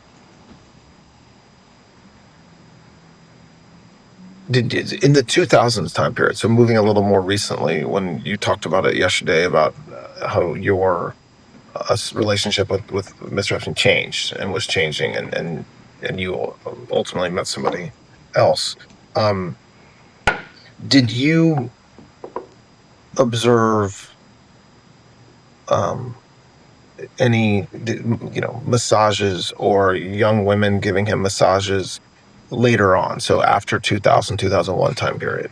I'm sure. And was there anything different about what you observed during that period and the 90s as far as the frequency, his conduct towards them? I think the frequency increased. I think he went from 1 to 2 in that time period. But I did not see, I have no recollection of ever seeing a child entering the house and giving him a massage. At that time, he had moved me out of the main house. I had moved into an office with John Alessi, the former butler, under the stairs. So I had an office where I would be that was not part of the house. If I saw people, and I'm not saying I didn't see people come to give a massage, that wouldn't be true either, but if I saw someone, let's say, I don't remember ever seeing anybody that I would characterize as a child. Now, specifically, someone who accused me of seeing her at the time when she came, if I did see her, and I don't believe I did see her or meet her at all, but if she did, she was, as she's described herself now, was very mature and looked in her 20s. So could somebody have come that was more mature looking than the allegation of what she did look like with a photograph that was produced as evidence? Yes. But I never recall at any time seeing what I would characterize as a child coming to give him a massage and going upstairs. Did I see people come? I absolutely did. I just didn't see children. I didn't see anybody I would think of as a child. And if I had seen a child, I wouldn't, I'm not sure what I would have done.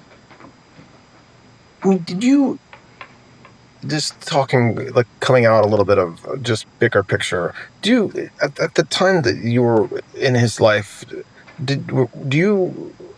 was he did he seem to you to be a sexual deviant or I don't know what the right way to describe it, but when you say to me, he was getting massages every single day, right? So young women were everywhere, multiple massages on some days, flew with the women to the island, to New York, Paris. There's always women. They're always rubbing him, giving him massages. I think it would be an understatement to say that that's not normal. I agree. We've all kind of been part of the Epstein story over the past several years, but you were there at the time. Okay. What was it like at the time? I mean, was he a creepy guy when it came to that sort of thing? Was he protective of how he looked publicly, image-wise? Like at the time, what was it like? I think if he had been creepy, like as you would define and you would expect someone who was living that lifestyle to be creepy, I don't think the women would have been there. I don't think that they thought of him as creepy. And if they did, I never saw them behave like he was being weird. Was it a lot? Yes, it was, for sure. I found it overwhelming, and I couldn't understand why it was interesting, because to me, it's not interesting. But he, as he defined it, he found it invigorating. He liked being with younger people. And I'm just younger people. I'm just saying because they gave him ideas and they were up to date on music and Yeah, but that's super like I'm just saying, every day. just telling you what he was saying. Yeah. I mean, to me, I just found it a drag and difficult and annoying. Did you But understand, I wasn't the only person present. So this time in the 2000s, you're talking about other people like Sarah Cullen, who was around, who interfaced with him. I didn't have to. She was really interfacing with Epstein at this point in time in his life. She was running his. She was his assistant, and Well- so I didn't have to.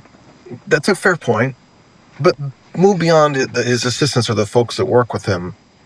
What about his friends and the people that were associated with him? That it couldn't be. It doesn't. I don't understand how this is an after fact of Mr. Epstein. So once he's arrested in Florida, it becomes part of his story, and then later on, he's charged in Southern District, and then here we are now in 2025. But he was a very successful, hardworking guy, and he had a lot of clients, and he flew with them on vacations and went to the island. It doesn't. I don't understand how he was able to hide this, what seems to me to be some sort of sexual fixation or issue from others. I don't think he did hide it. That's the answer. And I think that the people around him, I think myself included, obviously, normalized his behavior on a number of fronts. One, I think because it was a because so many people saw it, of such a high caliber down, that never seemed to think it would, well, if they thought it was strange, probably they never said it at the time. So it became sort of like it was his thing, right? He was always around with women. Now I understand that it's very unattractive, especially in light of everything that we know today. But at the time, the only way I can sort of try and describe it is through Sex and the City, the movie, the show on telly, where that lifestyle is described on the TV show constantly. There are always these women around and men who like it, and a lot of the men that I know like women, and so maybe not as overtly as Epstein, but he was overt, not covert, except obviously in the context of the criminal behavior. So what we're discussing now, there's a difference between the criminal behavior and the non-criminal behavior. You don't like the lifestyle. I concur.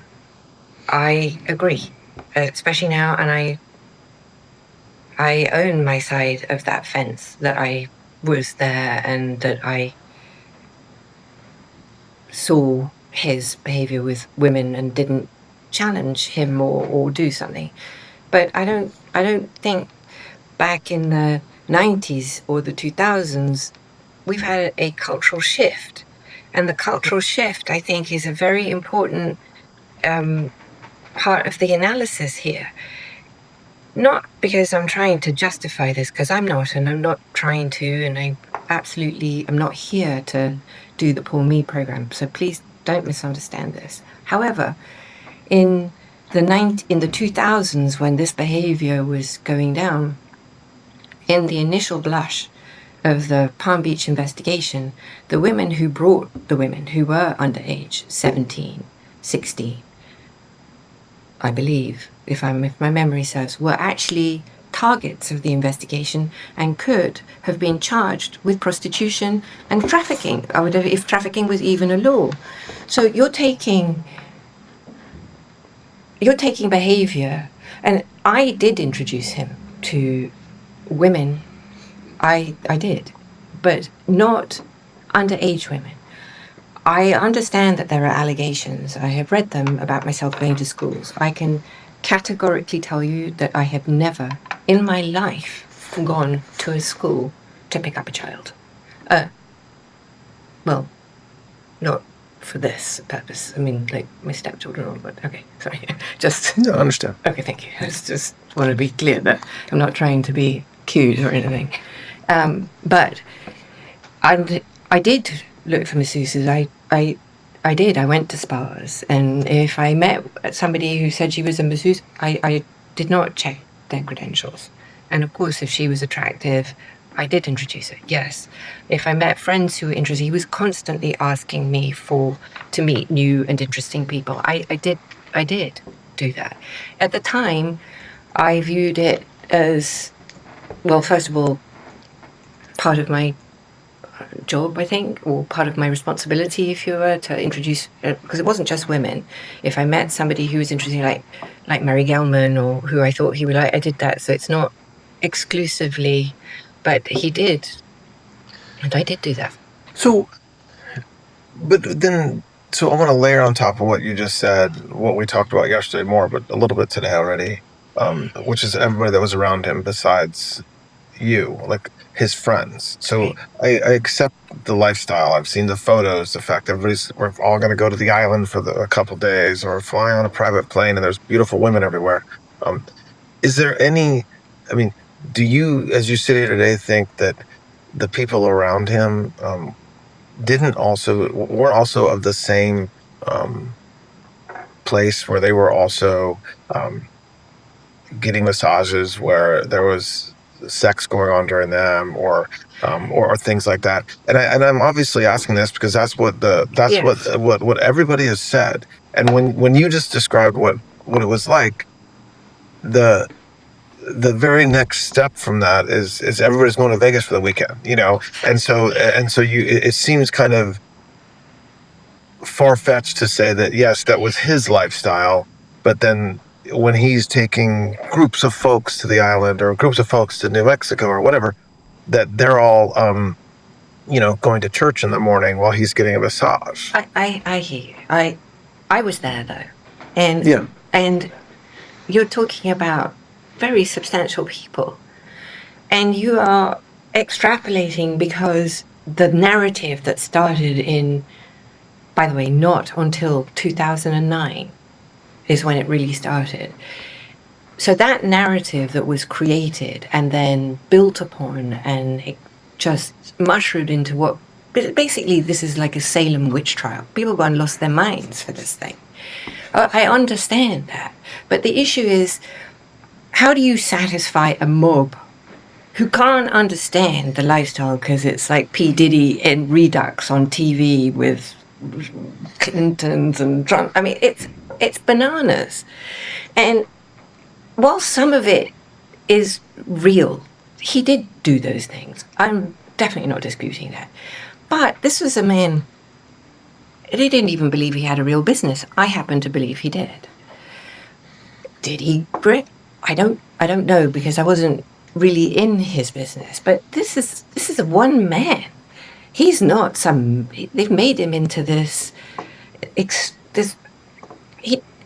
He's not that interesting.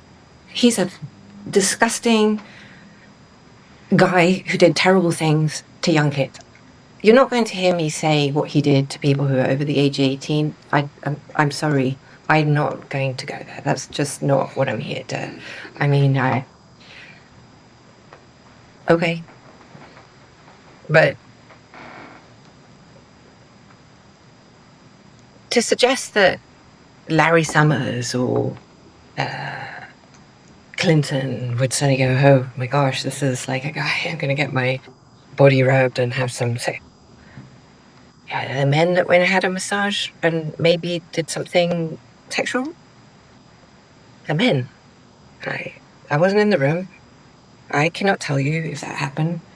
And if it did, I never paid for that. Just so that we're clear. Nobody ever said to me, oh, we had sexual intercourse and that's if it was a 3.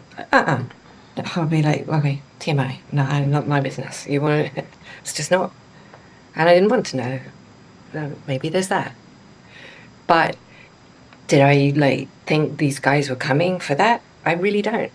If you met Epstein, there is no way that this cast of characters, of which it's extraordinary, some of you in your cabinet, who you value as your co-workers and would be with him if he was a creep or because they wanted sexual favors. A man wants sexual favors, he will find that. They didn't have to come to Epstein for that. Now, okay, I don't know. I wasn't there. I didn't see it. So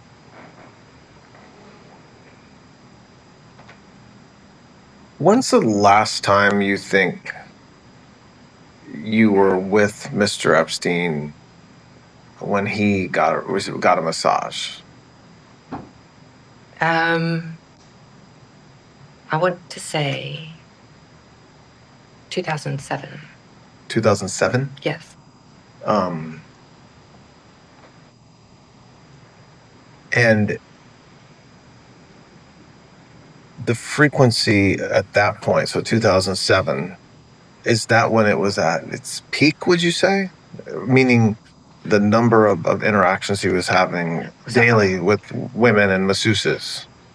So I wasn't really in his life. I happened to be in the Caribbean in 2000. I was with Ted. Okay. And I was still speaking with Epstein because I was still involved in his, loosely with his, the houses and the staff and some of the billing. And I was going back from being with Ted in the Caribbean to New York, and Epstein offered me a ride, and so Ted dropped me off in St. Thomas, and I was on the island, I believe, for 1 day and 1 night only. On that visit, I believe, well, I know you would have gotten a massage, but I have, there were people there, but I did not, there were women, and I was just relieved not to be leaving the next day. Let's take a break. All right, we're going to take a break. Time is 11:31. We are resuming the audio recorded proffer agreement with Ms. Maxwell, and the time is 11:49 a.m. All right. I wanted to follow up about former President Clinton's relationship with Mr. Epstein, not you. Can you? We touched on it, but can you just set the? I have a couple questions about it. But what's your understanding of their relationship from what you observed? Meaning, former President Clinton and Mr. Epstein. I saw them talk.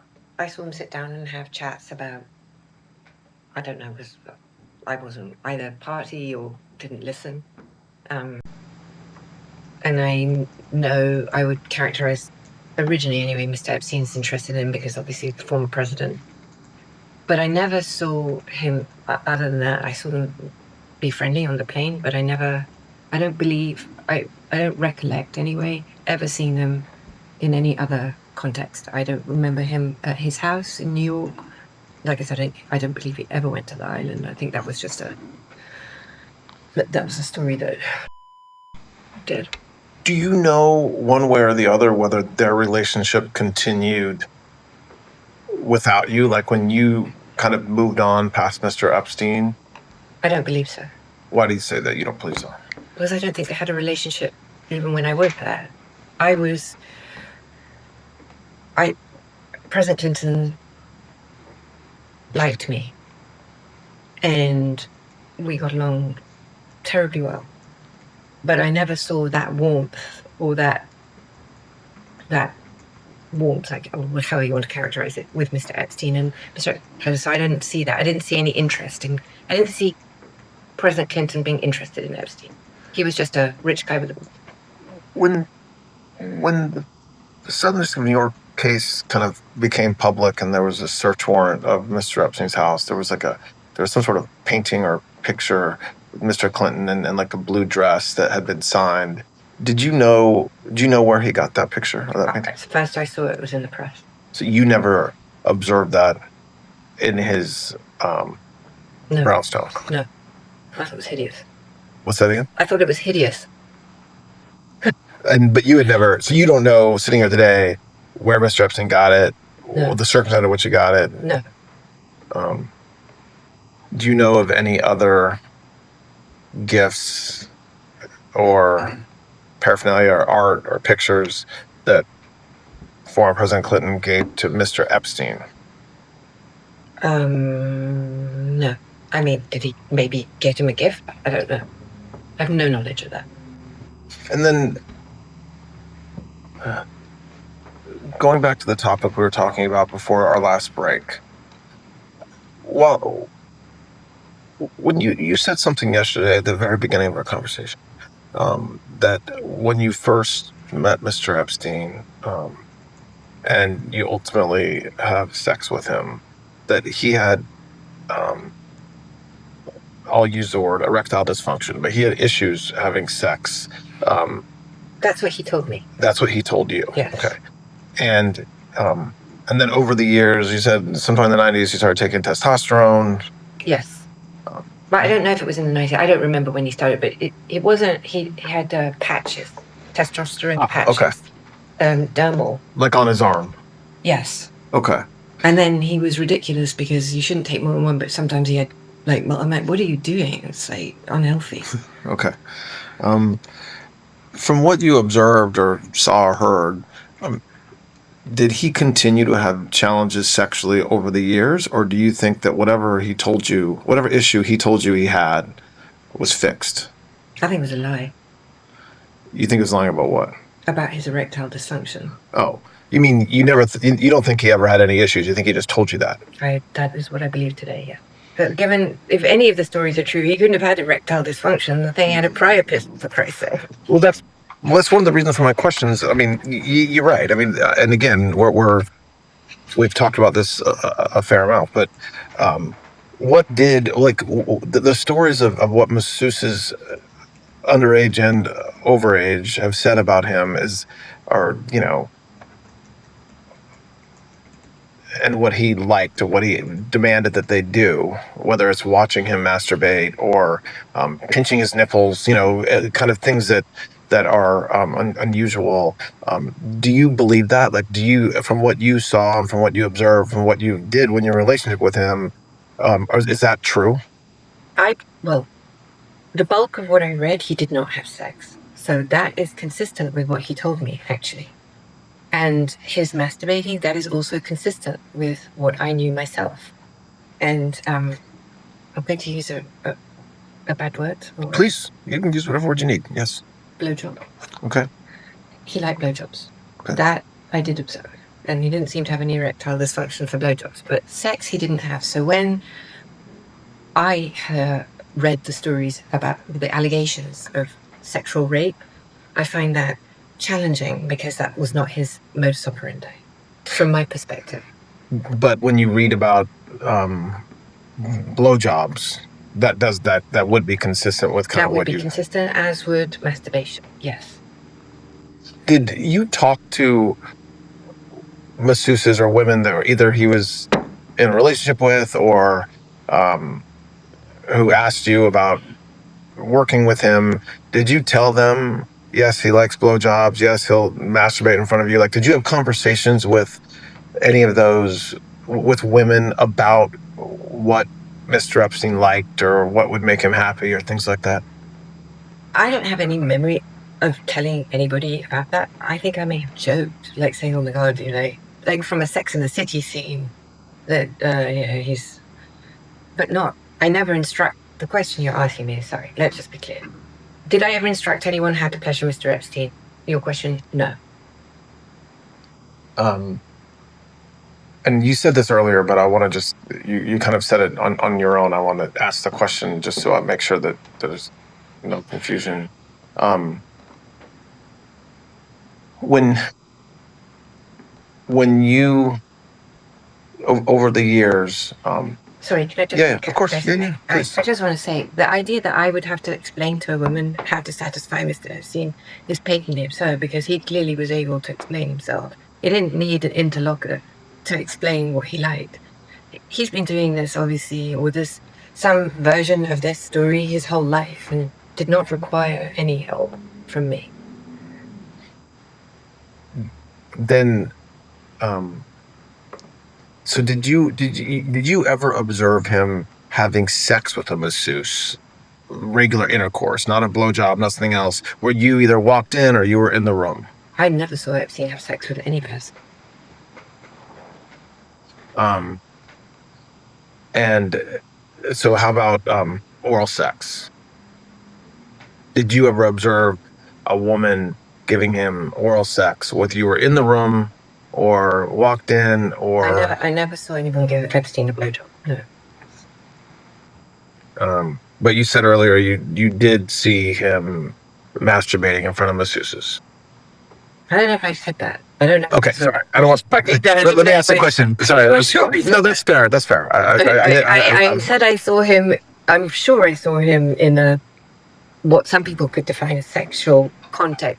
So somebody could not have their clothes, or topless, I would say, maybe. I could say that. If I saw him having masturbating when someone was like, I don't recall that. I don't have a specific memory of it. I'm sorry, but no, I'm not. Okay. I didn't say that. Okay, I understand. That's fair. Sorry, I'm not. That's okay. Surely not trying to put words in your mouth. No, that's absolutely not. Fine. So, and you said, I think in passing, maybe not in passing, about whether other people who travel with him would get massages, or so that would. When I say that, I'm referring mostly to the island or potentially New Mexico, but also at his Palm Beach residence or even in New York. Do you know? Do you have a list of names in your head, or names that come to mind of people that you know did get massages when they were with Mr. Epstein? No, there's no list. There's no list of people getting massages. I don't have. I can barely recall all the people. I can barely recall. I struggle to recall actual people that I met, and I may have met a long time. But I had even forgotten that about Mr. Kennedy, or I already brought it up yesterday. It just came to my mind now. So I don't have, and there's no list. There was never a list. There was no, or certainly none that I ever saw, none I ever heard of, none that I ever witnessed, none that there's no list.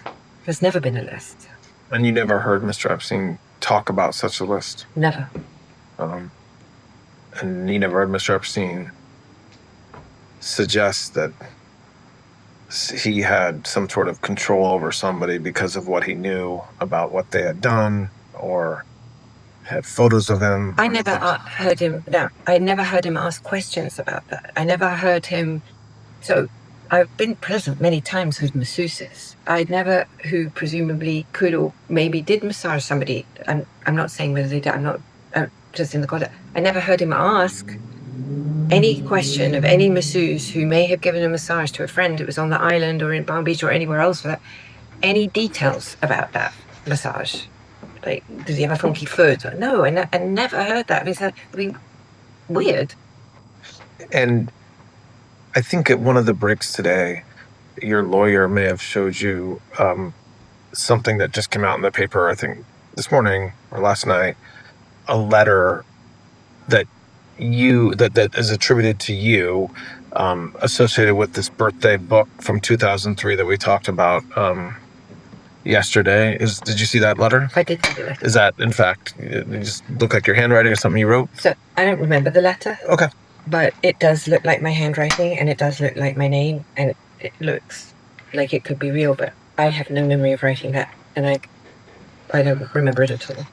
Do you remember what the birthday book, as they're calling it, what it looked like how it was put together? I do. What do you remember about it? I remember it was leather bound. I remember it being about yay big. It was big. Right? So you're saying it looks like it's like over 12 inches, 14, 15 inches? Yes, it was like sort of like a folio size, I guess, or something like that, and like this. And it was brown and thick, about like this thick. Okay. And so I understand. on heavy stock paper. Heavy stock paper, like 14 inches high. That looks about right. And then around like... Well, A4 scale. We had A4 because it was done on heavy stock paper.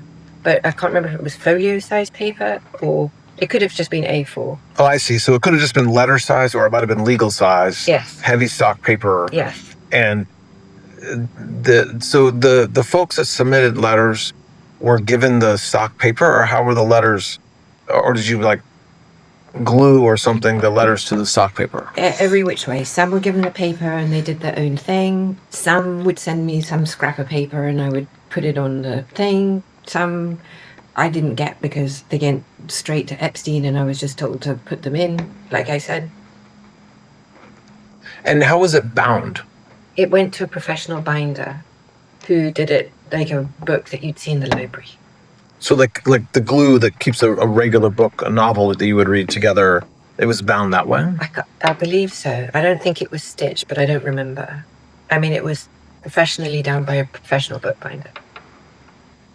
And then after you presented it, or after it was presented to him when he turned 50, did you see the leather-bound book? Did he keep it somewhere in particular? It was in his bookcase in 71st Street. In Manhattan? In Manhattan.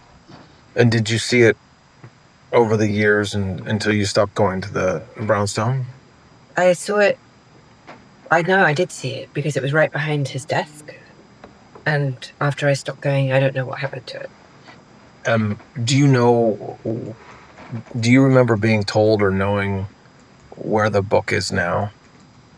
No, but when I received in discovery those pages, I assumed that it had been found when either New York or the island was searched, and I assumed that the Southern District of New York had it. But I think you said yesterday, but just to go over it again in case you remember anything differently, you recall seeing some of the letters in discovery. I do. But you don't recall kind of seeing the leather book start to finish. No, but remember, I didn't see all discovery because they were very clever about, I didn't receive all discovery, period. And in fact, very important items were not given to me at all, including witness testimony from the grand jury. So you don't know one way or the other whether it was part of discovery. You just know that you didn't get it. It wasn't part of discovery that was given to you. Correct. But I am absolutely sure that Southern District of New York hid very important pieces of evidence from me. Okay.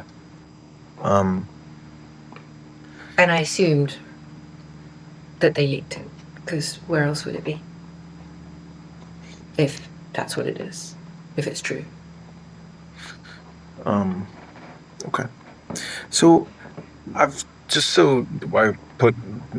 say it to you, I've talked a little bit to your lawyer about it. I said to you yesterday that the purpose of what we did yesterday and today was exactly what we did, which is to have a conversation about Mr. Epstein and about you. And I think it's very challenging to talk about everything we talked about in, in 1.5 days or in just a period of hours. So I'll talk to Mr. Marcus about kind of what we're going to do next, if anything. There's no, and I'm not being coy or I don't know yet. I don't know. So I have a lot of, we have some work to do. We'll do it with your lawyers to the extent we have questions or follow up. And this has been very helpful. I think it was you, who kind of said you wanted to talk, but we gladly accepted. So I do appreciate you being willing to meet with us, and I expect that we'll be in touch soon. All right. Yeah. This concludes the recorded proffer interview of Miss Maxwell. The time is 12:05 p.m. on Friday, July 25th.